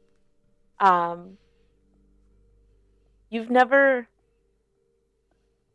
very confused about this, and Aspen is thinking this, like trying to think through what is going on. Lace and Safrona, Ray and Aspen are having like an awkward staring contest. We're just staring into each other's eyes. The last thing we heard was like, well, this is safe. So like Safrona would have just like immediately looked at Lace like, because Ray said that about the other plants, so this is not, it's just like I mean, I think what Lace is doing, Lace has sort of disregarded that because regardless of whether it is significant or not, she is not able to privy to the conversation. So if they're gonna talk and if they're gonna stare at each other, they're gonna stare at each other. Yeah. So just she's just letting them do their thing. Yeah. They're doing weird Disney shit. It's fine. It's fine. And so I think she's gonna turn back and say, I have seen these vines in a vision elsewhere, which is where this drawing comes from. Whether they were there or not, or will be there, or were there in another version of reality, but in the vision they certainly seemed to be prolific and in control. Hector nods. Sounds like this is a dilemma for your group. Thanks. I think, well, assuming that they're still staring at each other, Lace will just say, so about this flower. Yeah, about that one. All right. We'll come back to that. Aspen and Ray. Aspen is going to ask, do you think that is you, No. Songbird, or do you think that is just something like you? It's not me. I have never left here. I'm trapped here. In Ray's mind? No.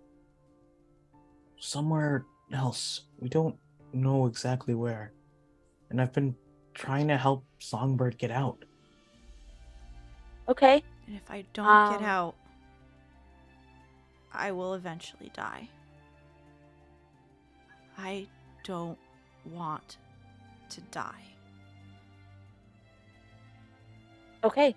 I might have something that can help with that too. And immediately is just going to go into, Helia loves you. She doesn't want you to be sad. She's got a joke for you later. And I'm going to take my hand off of Ray, and I'm going to... Is the snow globe portable? Yes. We'll do that. We'll do that. We're gonna flip-flop back and forth between scenes, but we'll do that. Roll for depletion. Okay. Oh yeah. That is a 7. Yes, you can continue to use it. The flowers, Lace. Hector looks at him. Gets a better, closer look. Waddles off to grab a book. Begins flipping through it. Takes some time to read through some of the entries. And you can see that there's petals pressed in the book as well for each entry. And he looks through it for a good chunk of time and eventually shakes his head. Sorry. I don't have a flower like this on file, at least in Saturnine. Well, which means it's probably from elsewhere, which we sort of figured it might have been.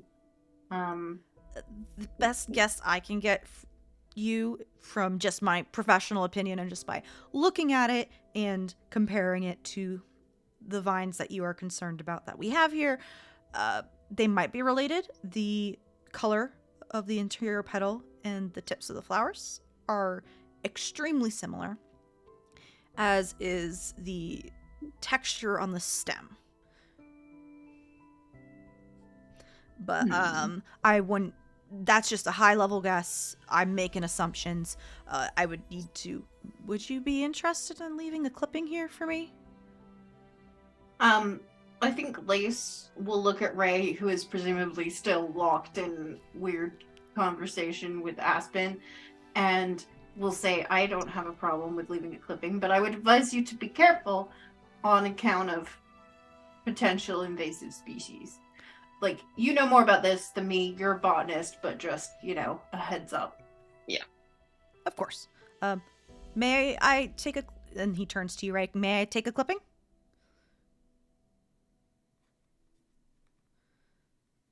Ray like blinks confused because there's like shit going on in his head, and like Hector's talking to him now, and the Sorry for background is like, interrupting. no, it's okay.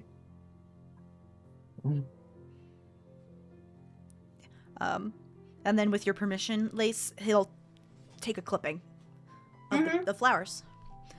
Actually, since there's so many in the pot, that he probably like takes some of the root structure and like does a small transplant. Yeah. While this is happening, can I, my usual, cast Eyes of the Overworld? I stapled it to my prep sheet. It's a good spell. It's a good spell. Specifically what I'm looking for is the roots that I saw on the plant that I burned. I want to see if the roots connect to this other vine at all. Like, just take a quick look especially while Hector is transferring the plot. Sure. Plants. I need you to roll, please. You will need to roll to get information out of this. Yeah, I imagine so. I'm gonna pick a die. Let's choose this one. That is an 8 on the die. On the die. And it was a level what spell? I think it's a 1 or 2. I think it's 1. Hold on, let me check. Okay. It'll still be enough. Are you keeping or releasing the spell? I'm going to keep it. All right. Spend the sorcery. As you cast your spell, get Eyes of the Overworld which reveals unseen things and information to you. Same thing in your bathroom. The mist rolls over. Everyone, if you're paying even remotely attention to Sophrona, she has cast a spell. Very familiar one that you've seen her cast a couple times. And you get the same vision or view that you saw in your bathroom. You see the flower roots leading off into a distance, connecting to something. And you see the roots of the vine as well, stretching out and leading to something. They are not connected together, but the flower roots also go to Ray. I don't like that. She's just going to try not to react to that. It's just try and follow that with her peripheral vision. Try not to look directly at Ray. Aren't you a bad liar? Yeah, kind of.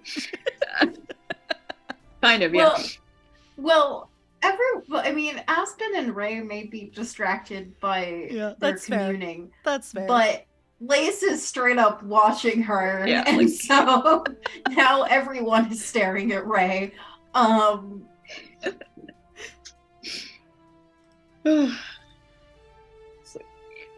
Noted. That is noted. To keep that to myself for a while. For a hot second. Aspen would ask Hector, does he think that the plant is poisonous? It doesn't look like it. I'm gonna take a petal and eat it. Okay. Yeah, in my head I have already come up with it doesn't taste good, I'll tell you that. It's definitely not meant to be like an edible flower, like actual edible flowers. It does not taste good at all whatsoever. But it doesn't seem like it's poisonous, or for that you can tell at least from eating one petal, or acidic that would cause burns in any way or stuff like that. Peer review, Lace has just said to Hector, please be extremely careful with this plant. And then Aspen just... Okay, way to completely disregard the scientific method. I just wanted to see if it was a harmful plant, and it doesn't look like it is. That's a good thing. You have a very narrow definition of harmful, but you do you. Is there... You get indigestion. I'm gonna have no sympathy for you. That's understandable. Is there anything else I can do for you? As I said, there's coffee and tea, water in the break room. Have you ever tried to have a goetic talk to any of the plants to get some historical background on them? I have not. Could I try? If you can if you can either summon an entity that talks to plants or talk to plants yourself, I don't know if any of them are sentient. I mean, a vine that could be, and he hesitates on the word before he says parasitic. Maybe it has a will? It's definitely potentially, just like anything else in the actuality could be. Do remember, though, that like a majority of parasitic plants, though, act on instinct. They, at least generally. But you are more than welcome to try. And I will. Though instead of my belly, I am going to sort of clear a space by the table. Okay. What kind of summoning are you doing? Query? Query. That's what I thought. What level demon? Or entity, sorry. I'm gonna go for the highest I can summon, which is a 3rd level. Okay. You take some time to make your summoning circle. I'm assuming you're making your summoning circle. Yeah. Okay. And you begin to summon. I'm going to pull the next card, which is the Misunderstood Beast on the Red Sun. Value of 0, notions, cats, clocks, and wind, meaning ardents get a +1 to their adventures. Mistakes, gentleness, friendship, danger, and betrayal. Green magic is enhanced and pale is hindered. Not necessarily, summoning isn't necessarily green magic, but you will be summoning an entity from the green. Mm-hmm. You begin to cast and summon this creature. How big is your summoning circle? Last time it was on your belly, so it wasn't super big, but... Yeah, I think this time he probably would have done like a... I don't know, like a 3-foot diameter. Okay. Yeah, so still pretty decently small, but not the biggest. And on the inside of your summoning circle, it appears a pile of dirt, first of all. Just suddenly appears on the ground on this hardwood floor, a pile of dirt. And eventually crawls out of the dirt a beetle. Are beetles or bugs okay? Okay. A large beetle. And it scuttles around for a second, accidentally bumping into the side of the wall of your summoning circle before looking up at you, and its antennas just doing a little wiggle. Asking like, not verbally asking, like, what you want? Why am I here? Can you see if you can talk to this plant?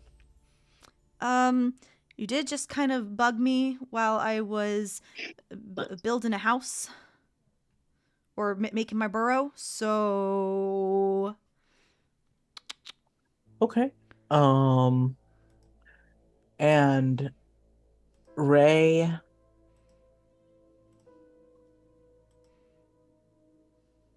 I think Ray sort of like pats himself down, right? And he has a pouch, and he's just like, and he like opens it up, and he like shows it down to the beetle, and I think he has like some like really nice red clay that he got for like a carving, and he's just like, I have red clay. Your burrow could taste a little nicer. Ooh. Okay. Do you have any skills in persuasion? I no. Okay. So, and you're an ardent? I am an ardent. Okay. So you need to roll a die. It's challenge 3. You have a +2 to your venture because this is a good bribery for a beetle. Oh. So that's a 2 with a +2. Yes, 4. you succeed. I really, really like it, but do you have more? I'm trying to impress someone. Do they like shiny things? I don't know. It'd be something 'Cause, new. It'd be like- a nice decoration. Catch their eye. Can I see it? Yeah, because Ray will take out like some crystal orbs and just shove them in the clay and be like, "Look, it's shiny." Okay. Roll again. Right. That's a 9 this time. I can try talking to it. I can't make any promises if it doesn't speak, but That's fine. Yeah. Just want you to try. Okay. It looks up at you. Can I get a boost? Oh yeah, and Ray I don't know if it's taboo, but Ray does step into the summoning circle and just Oh, it's not taboo. lift You it can up. do it. I mean, perfect. Yeah. There's this Ray has summoned this beetle, which is probably like the size of a chihuahua. That's a huge beetle. Awesome. I love it. Big. Are you okay, Gilly? Is that okay? Are you okay? It's fine. It's not a spider. It's fine. Fair. This huge beetle, and Hector looks at it in curiosity. Saturn though, so has dealt with plenty of Vizsla BS. And your beetle friend scuttles up, looks around, like, which one am I talking to? The vines. The vines? Okay. Scuttles up, kind of like, ooh, I need another boost. I'm horizontal. And again, you ever seen that one post about like pigs can't look up at the sky? Like it's very much like Ray like moving like a little piggy, like hello. And it begins chittering at the plant. Chittering. It stops chittering for a moment before seems like it's listening. I think it's sentient, but I can't understand it. Meaning it's not from green. Okay. Oh. Can everyone else understand the beetle, or does Ray have to relate this? You have to. You are so Goetics can speak the language of any other entity. That is a skill that Goetics have. No one else can understand it. Yeah. Yeah. Ray's like, this vine isn't from green. And Hector has a notebook out of nowhere and begins, interesting. And it's not from indigo, we've already established, and probably not. But it's sentient. Interesting. Hector looks down at it. I'm very sorry. Just talking to it. Yeah. And right, since the beetle can't really help more, like Ray puts beetle down, gives it its little pouch full of clay with like 5 crystal orbs stuffed on top. The beetle like closes like their body around it like a pill bug before disappearing. Great, I love that.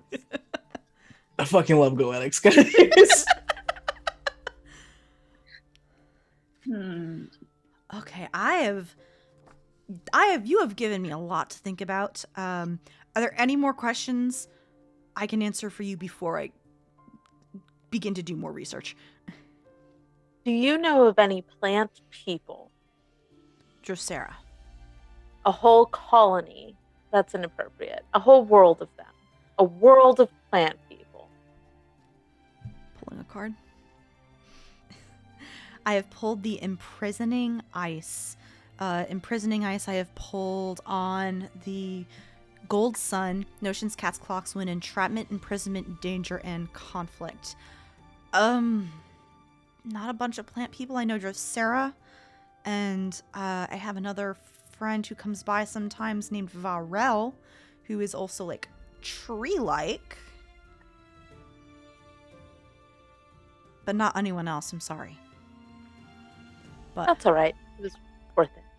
I'm gonna go do some reading and research now. Maybe get a bigger terrarium for said sentient plant. Have a lovely, lovely day. You as well. Help is very much appreciated. And he begins muttering and taking notes, taking the vines with him. Feel free to wander the rest of the Topiary district. Ray does say, if you hear anything, you can send a notice maybe out to the far town. Oh, sure, absolutely. I'll contact Arya, and Arya can get in contact with Lace.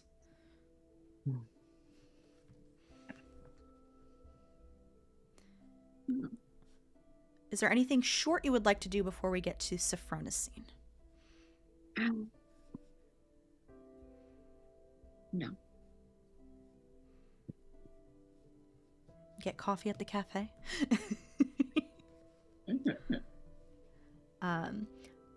Aspen, did you want to do what you kind of wanted to do? Oh, desperately. I would like to do it on the train ride back. Okay. The four of you make it back to the train. At some point, Shard does reconvene with a small little satchel around his neck. He looks high as a kite. And You went shopping. He just curls up on your lap and takes a nap, Lace. Sure. He's gonna be real fucked up tomorrow. Aspen, what do you want to do? I would like to take out this little snow globe, and everybody sees Aspen do this. He is not being subtle about it. And I'm going to look at it and think about Songbird. And I want to shake it up and see if I can see anything. So I think I said that you have to ask a question, is how I said it works. So I would like to ask, where is Songbird? Okay.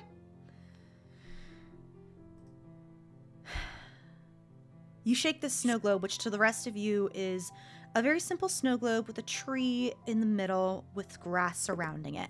And Aspen shakes it, all like the autumnal leaves just swirl everywhere on the interior. Nothing changes for any of you looking at this. Aspen just pulled a random-eyed snow globe out of their bag and began to shake it. Did you ask this question outside, verbally, or internally? Internally. Aspen probably doing some Vizsla bullshit.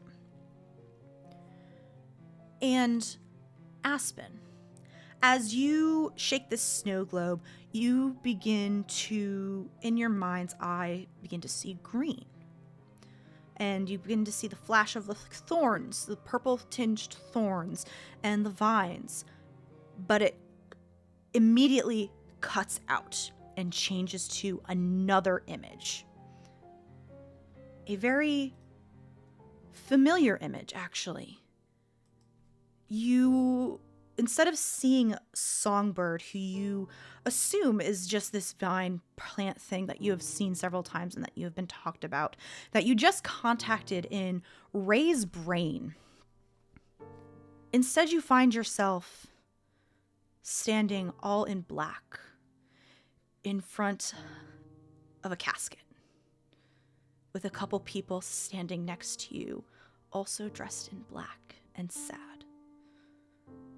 The room is very quiet and very empty.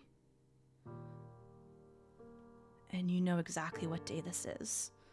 A day that has been burned into your memory with sorrow and despair. It is a closed casket funeral of your friend, Brady. And as soon as this image flashes across your eyes, jarringly, you find yourself in the middle of vines and greens. This overwhelming viney presence of what you can only assume is Songbird. Vines as far as you can see, going as far, far, far into the distance. You see no room, you see no sun, no sky, No water, it's silent. You just see the vines and barely between the greenery of Songbird, dirt on the ground. Before you're back on the train, holding a snow globe, heading back to Fartown. The drawback for this item that you stole from a party is you will experience a painful memory every time you use it. Should I roll for depletion? Yes. That's an 8. Yeah, I think that passes. You can continue to use this item. Okay. I think whoever is watching sees Aspen kind of shake themselves out of it. And they had kind of been like focused, like their shoulders were up and they were like kind of tense, and it's just like the energy just sags out of them and their shoulders go down. And they kind of sit back and they're still holding the snow globe, but they're kind of just looking blankly ahead. And he doesn't say anything. Helia sensing. If it's okay. Sorry, go ahead. Oh, sorry. I was just going to say If it's Helia is sensing something is wrong is at your side. Yeah. If it's okay, like Ray sort of like glances down and then up to avoid looking at the window. And if Aspen just sort of looks like things have been drained, like Ray reaches out to cover one of Aspen's hands with his, like helping hold on to like the globe, and is just sort of like, "Hey, are you okay?" Aspen glances up and Aspen is crying, and you have never seen Aspen cry. They do not cry in front of people. And kind of very quickly, wipes their eyes and smiles and just says, of course, everything's fine. I just got caught up in a memory.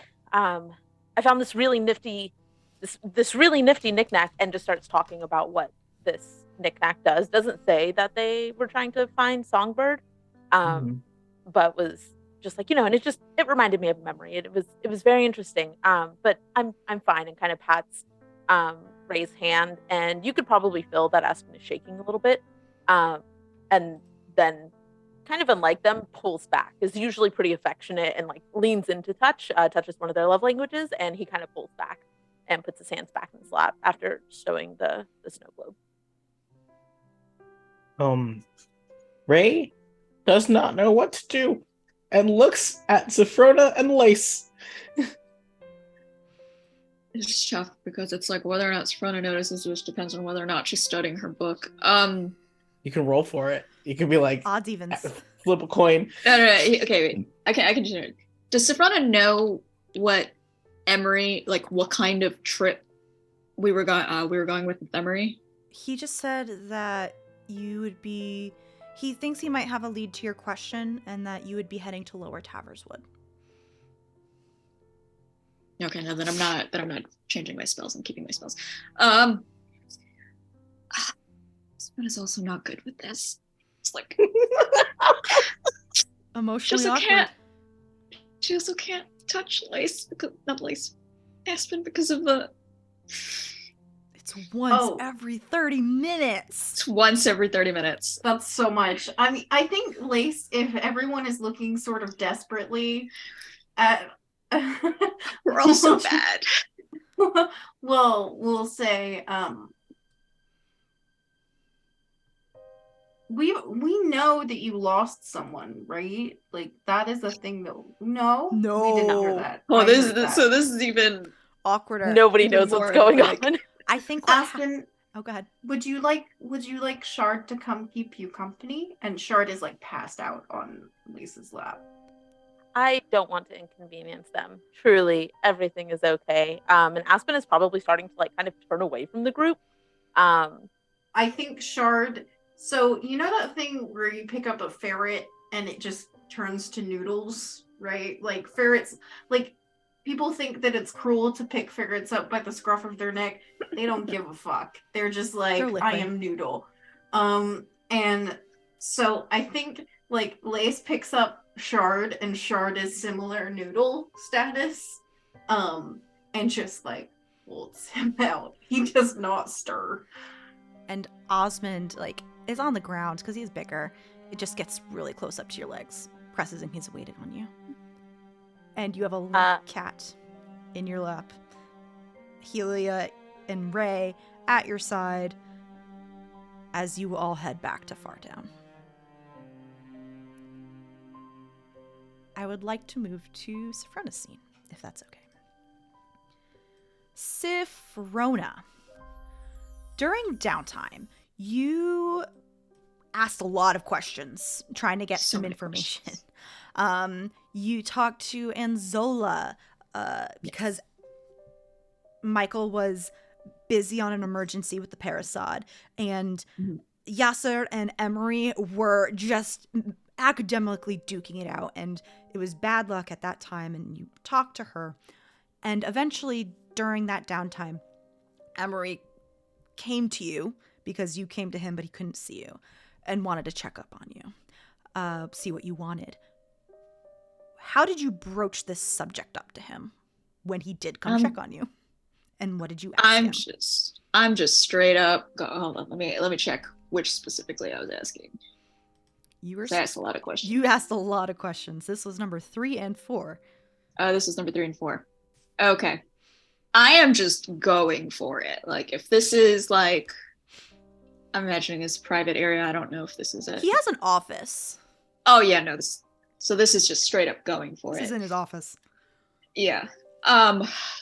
Straight up telling him that I've been investigating these damn plants, and I will say damn plants. These fucking plants. And I have talked to Drosera, and apparently, like, I mean, recap basically everything that has happened with these plants. And I need to know this half-world that, like, collapsed or whatever happened. Drosera said that they did not have a name for it, but I need to know if there was like an exonym. Like, did we in Fartown call this anything? I need to know basically anything about this world, about what happened to it, about who fucking led this thing. Like, anything that's useful, because I don't fucking like this plant. I don't like that it's here. I just came from the Topiary district. I will tell him. I will tell Emery about what I saw with the spell. With the spell. Okay. That's fair. I will tell Emery. This is like full clean, like, if there's all of it, just fucking all of it. Emery is this very tall individual, fair skin, white hair that's just always fucking messy, brown eyes, shirt that is definitely not buttoned up enough, and he has these rune tattoos like up the side of his right side of his neck that go down his chest and his right arm. I say chest, and you know this because one, it doesn't button up, and he doesn't he sleeps in his office, and the amount of times he has opened the door without his shirt on is more times than anyone wants. Yeah. And he is almost always smoking a cigarette.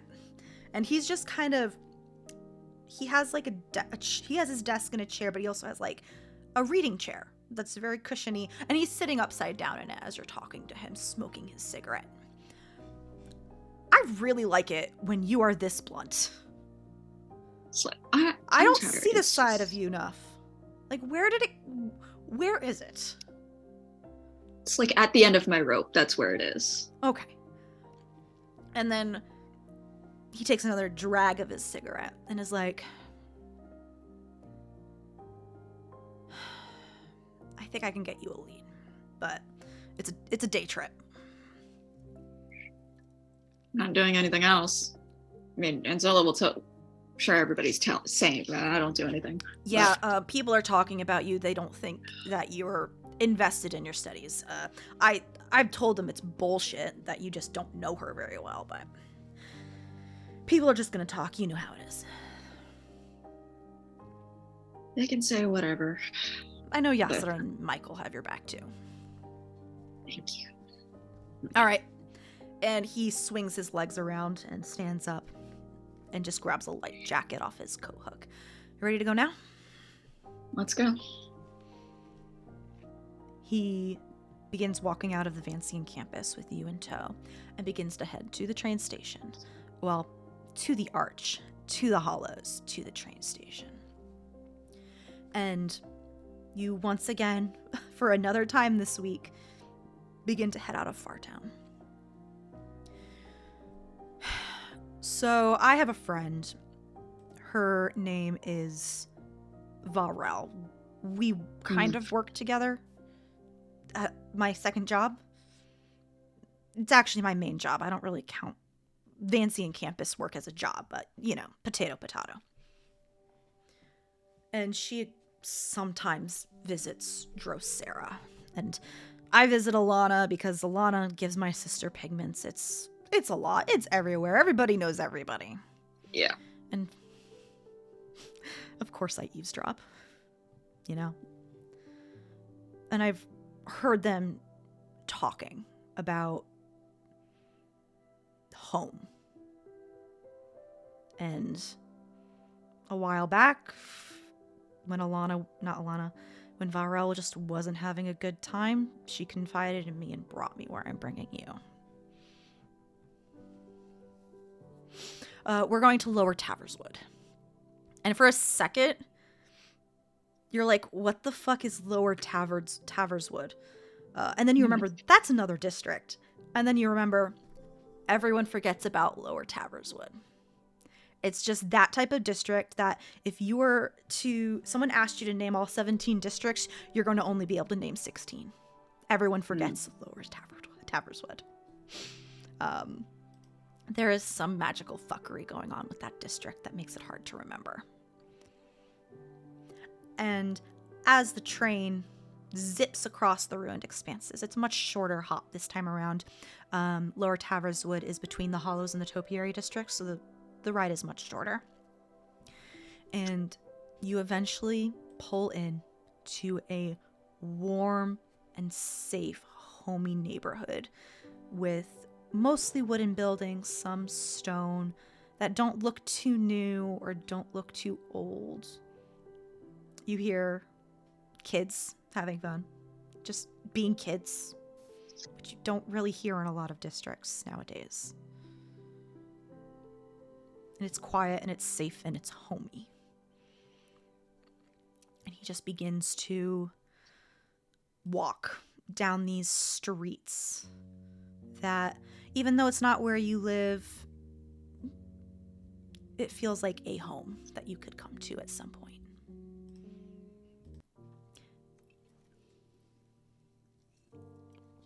And eventually,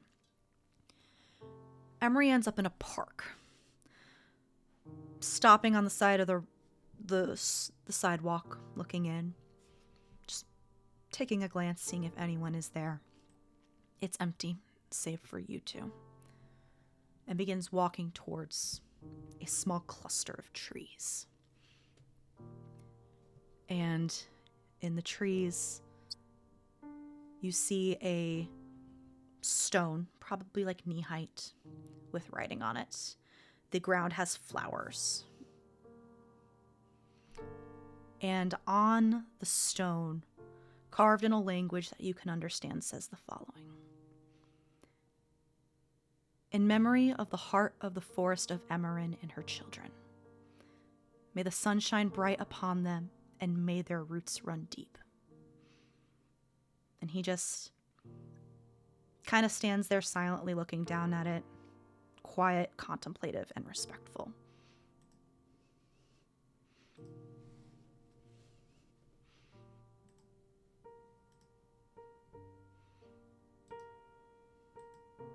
Is there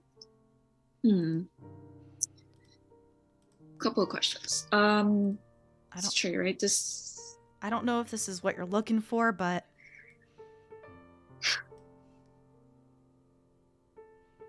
I try not to talk to Varel about home and her past. Oh, it feels right. It feels right. Does the tree look familiar? Does it look like the one that was in the vision that I had, or similar? No. This is a simple oak tree. These are normal ass trees. However, this does look a little bit like one of the stick figure drawings that that Aspen showed you earlier in the day. That was my next question. Yeah, like the flowers look familiar. These are like daffodils, black-eyed Susans. These seem like just regular wildflowers on the ground. Oh, awesome. Good to know. It seems like they were intentionally planted here. No, I think this is the right thing. She brought me here once. She just needed a shoulder to cry on, so.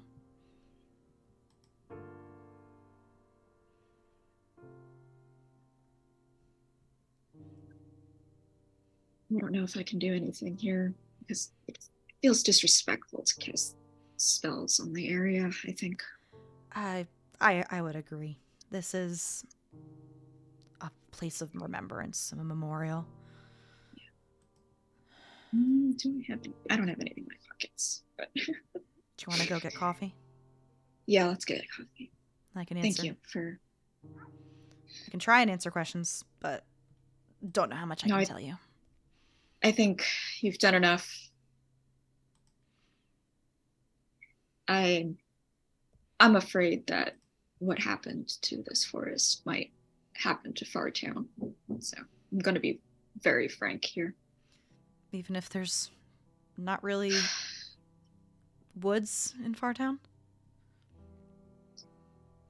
I don't know what these vines are capable of, frankly, so I don't presume that we need woods. Dracera was very, very distraught to hear that these vines were here, and I believe that it's what collapsed this. Well, it's nearly destroyed the forest, and as Stone says, her children.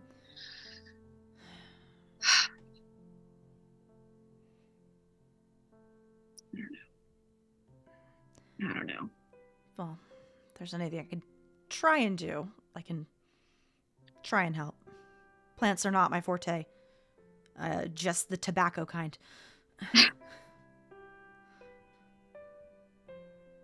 And after you walk away, like out of the park, he will light up another cigarette. He did not do it anywhere near.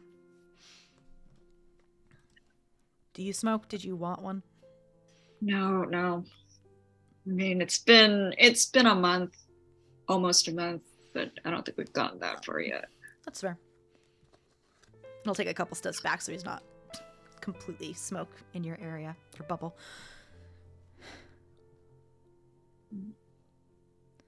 My treat on coffee. Thanks. Did you have any other questions for him?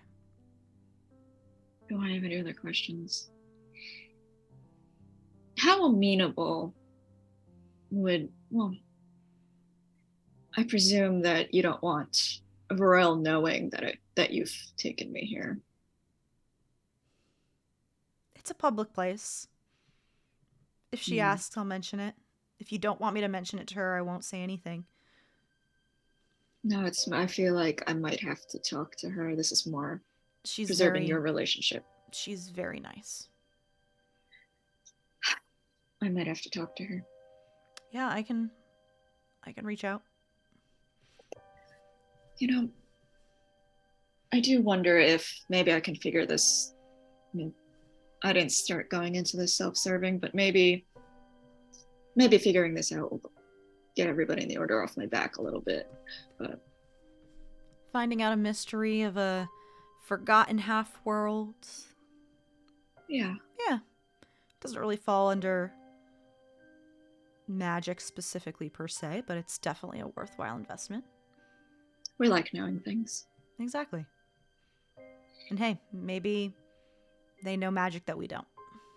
Maybe, but I'll make sure to sock the next person that calls you a lazy Susan.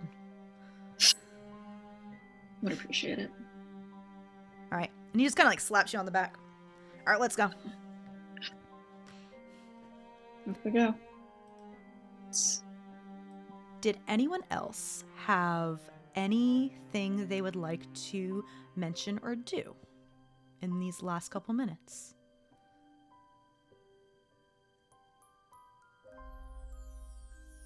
I saw a head shake from Ray, Gilly or Kian. No?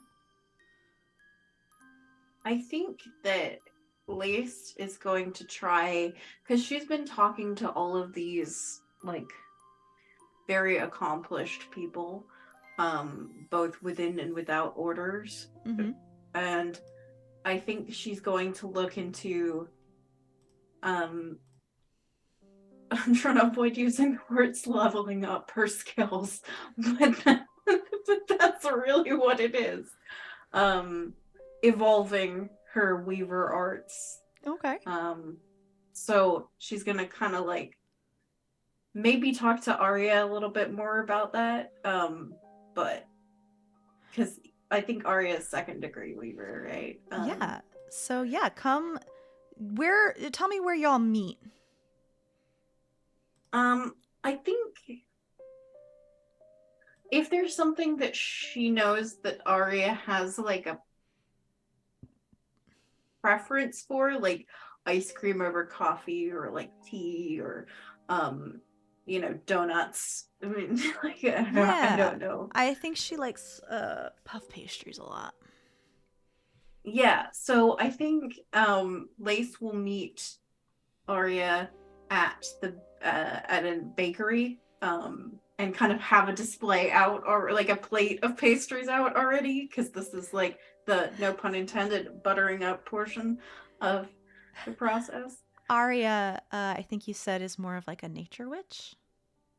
Yeah, I think that's why I went to Arya specifically for plant stuff. Yeah, Arya is more of a nature witch, but the appearances she has decided to adopted from the changeries, she's visual song, like her namesake. And when you look at her, you hear music. And she kind of joins you before picking up a puff pastry and popping it, which you know is her mouth, even though it's not a traditional mouth. You're bribing me. I'm not complaining. And I love you. Listen, we gotta get things done. You know this. I do. Sometimes the fastest way to get things done is to order croissants. This is a fact of life. No, I agree. I heard you talk to Hector. Yes, we went to visit, some of my friends and I went to visit Hector. Very helpful. Very nice. You've got him in a researching tizzy. Yeah, that does happen. But yeah, okay, tell me what the occasion for these pastries are. Well, I've been thinking that I want to become more developed in my weaver abilities. Are you asking me to mentor you? Like, let's not get carried away here. Okay, if I know the aggregate you want to learn, I will definitely teach you. Sure. I don't know what my aggregates are gonna be on the down low, so we can talk about it. And if I can at least point you in the right direction. Oh, this is so exciting. And I think that Lace just lets Arya like go. She's a chatterbox. Yeah. So she, with the full faith that Arya's gonna sort it out, is just lets her do her thing. Yeah, she does pepper you with like, do you know what direction you want to go? Do you know what kind of like threads you want to learn? She does pepper you, and she will expect an answer when you figure it out. Yeah. And I think that Lace talks about how she's been like investigating things like time, but she already has the infinity aggregate, so it's kind of like she's still debating basically between a few, I think is what she ends up saying. Okay. She doesn't try to influence you in any way, in one direction or another. And Perfect. because the aggregates are in another book, which I never have open because I'm a disaster. We'll talk about it. I'll start putting out feelers for the ones you're interested in if I don't know the one I know, and we'll talk about it in like the next week or two. Okay. Oh, this Thank is so you. exciting. I haven't had a another pupil in so croissant. long. Here, have another croissant. Thank you. And she eats a lot of croissants. Mostly puff pastries. She has like one croissant. She likes little cream puffs. It's okay. Lace prefers the croissants, so it works out Beautiful. perfectly. Anything else before we end the session? Can I use my complaint of the loss? What It's a does it little do? bracelet. It's a crafted object, and it conjures a single random non-magical item that can be held in one hand. The item is one that was in the midst of being used by its prior owner. And I just want to use it. Sure. Is this an ephemera object? No, this is a crafted object. This was the one I started with. Sure. What are you summoning? Oh, I was under the impression I couldn't pick since it says a single random non-magical item. Single random non-magical item. You know what? I'm going to pull a card. I just want to see what happens. I have pulled the Vizier, Notions, Cats, Clocks, and Wind Nemesis card, value of 0, manipulation, sycophant, power, influence.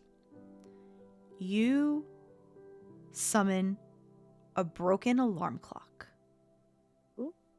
which seems to be stuck on the 14th hour. Okay. All Thank right. you. You're welcome. And that's where we're going to end the session, everyone. Hey, everybody. Thank you for joining us for session 4 of Fraying Threads and Invisible Sun campaign. I have been your Game Master, Mare. As always, at the end of the game, we're going to say, hey, who we are, where you can find us, and whether your character got a joy to spare, and if you have advanced your character arc. Would anyone like to go first? Hi, hello. My name is Victor. I have been your Ray this evening. And my boy is so sad. Oh. My boy is so sad and like fucked up about this, and I love it. So he gets to despair. Meanwhile, I think we're making great strides towards my goal. So I think I get the thing that I get for that. Yes. Please be on the lookout for my round 2 of playtesting for my now named project, Mobile Frame Royal, which is a Descendant from the Queen style game about being a hand-picked support team for an ace mech pilot that you love. And it's going to test your love and loyalty. And it's going to be so good. I have tables. Hell yeah. Roll a pilot and a mech. It's fantastic. Love Watch my Twitter. Sign up for playtests.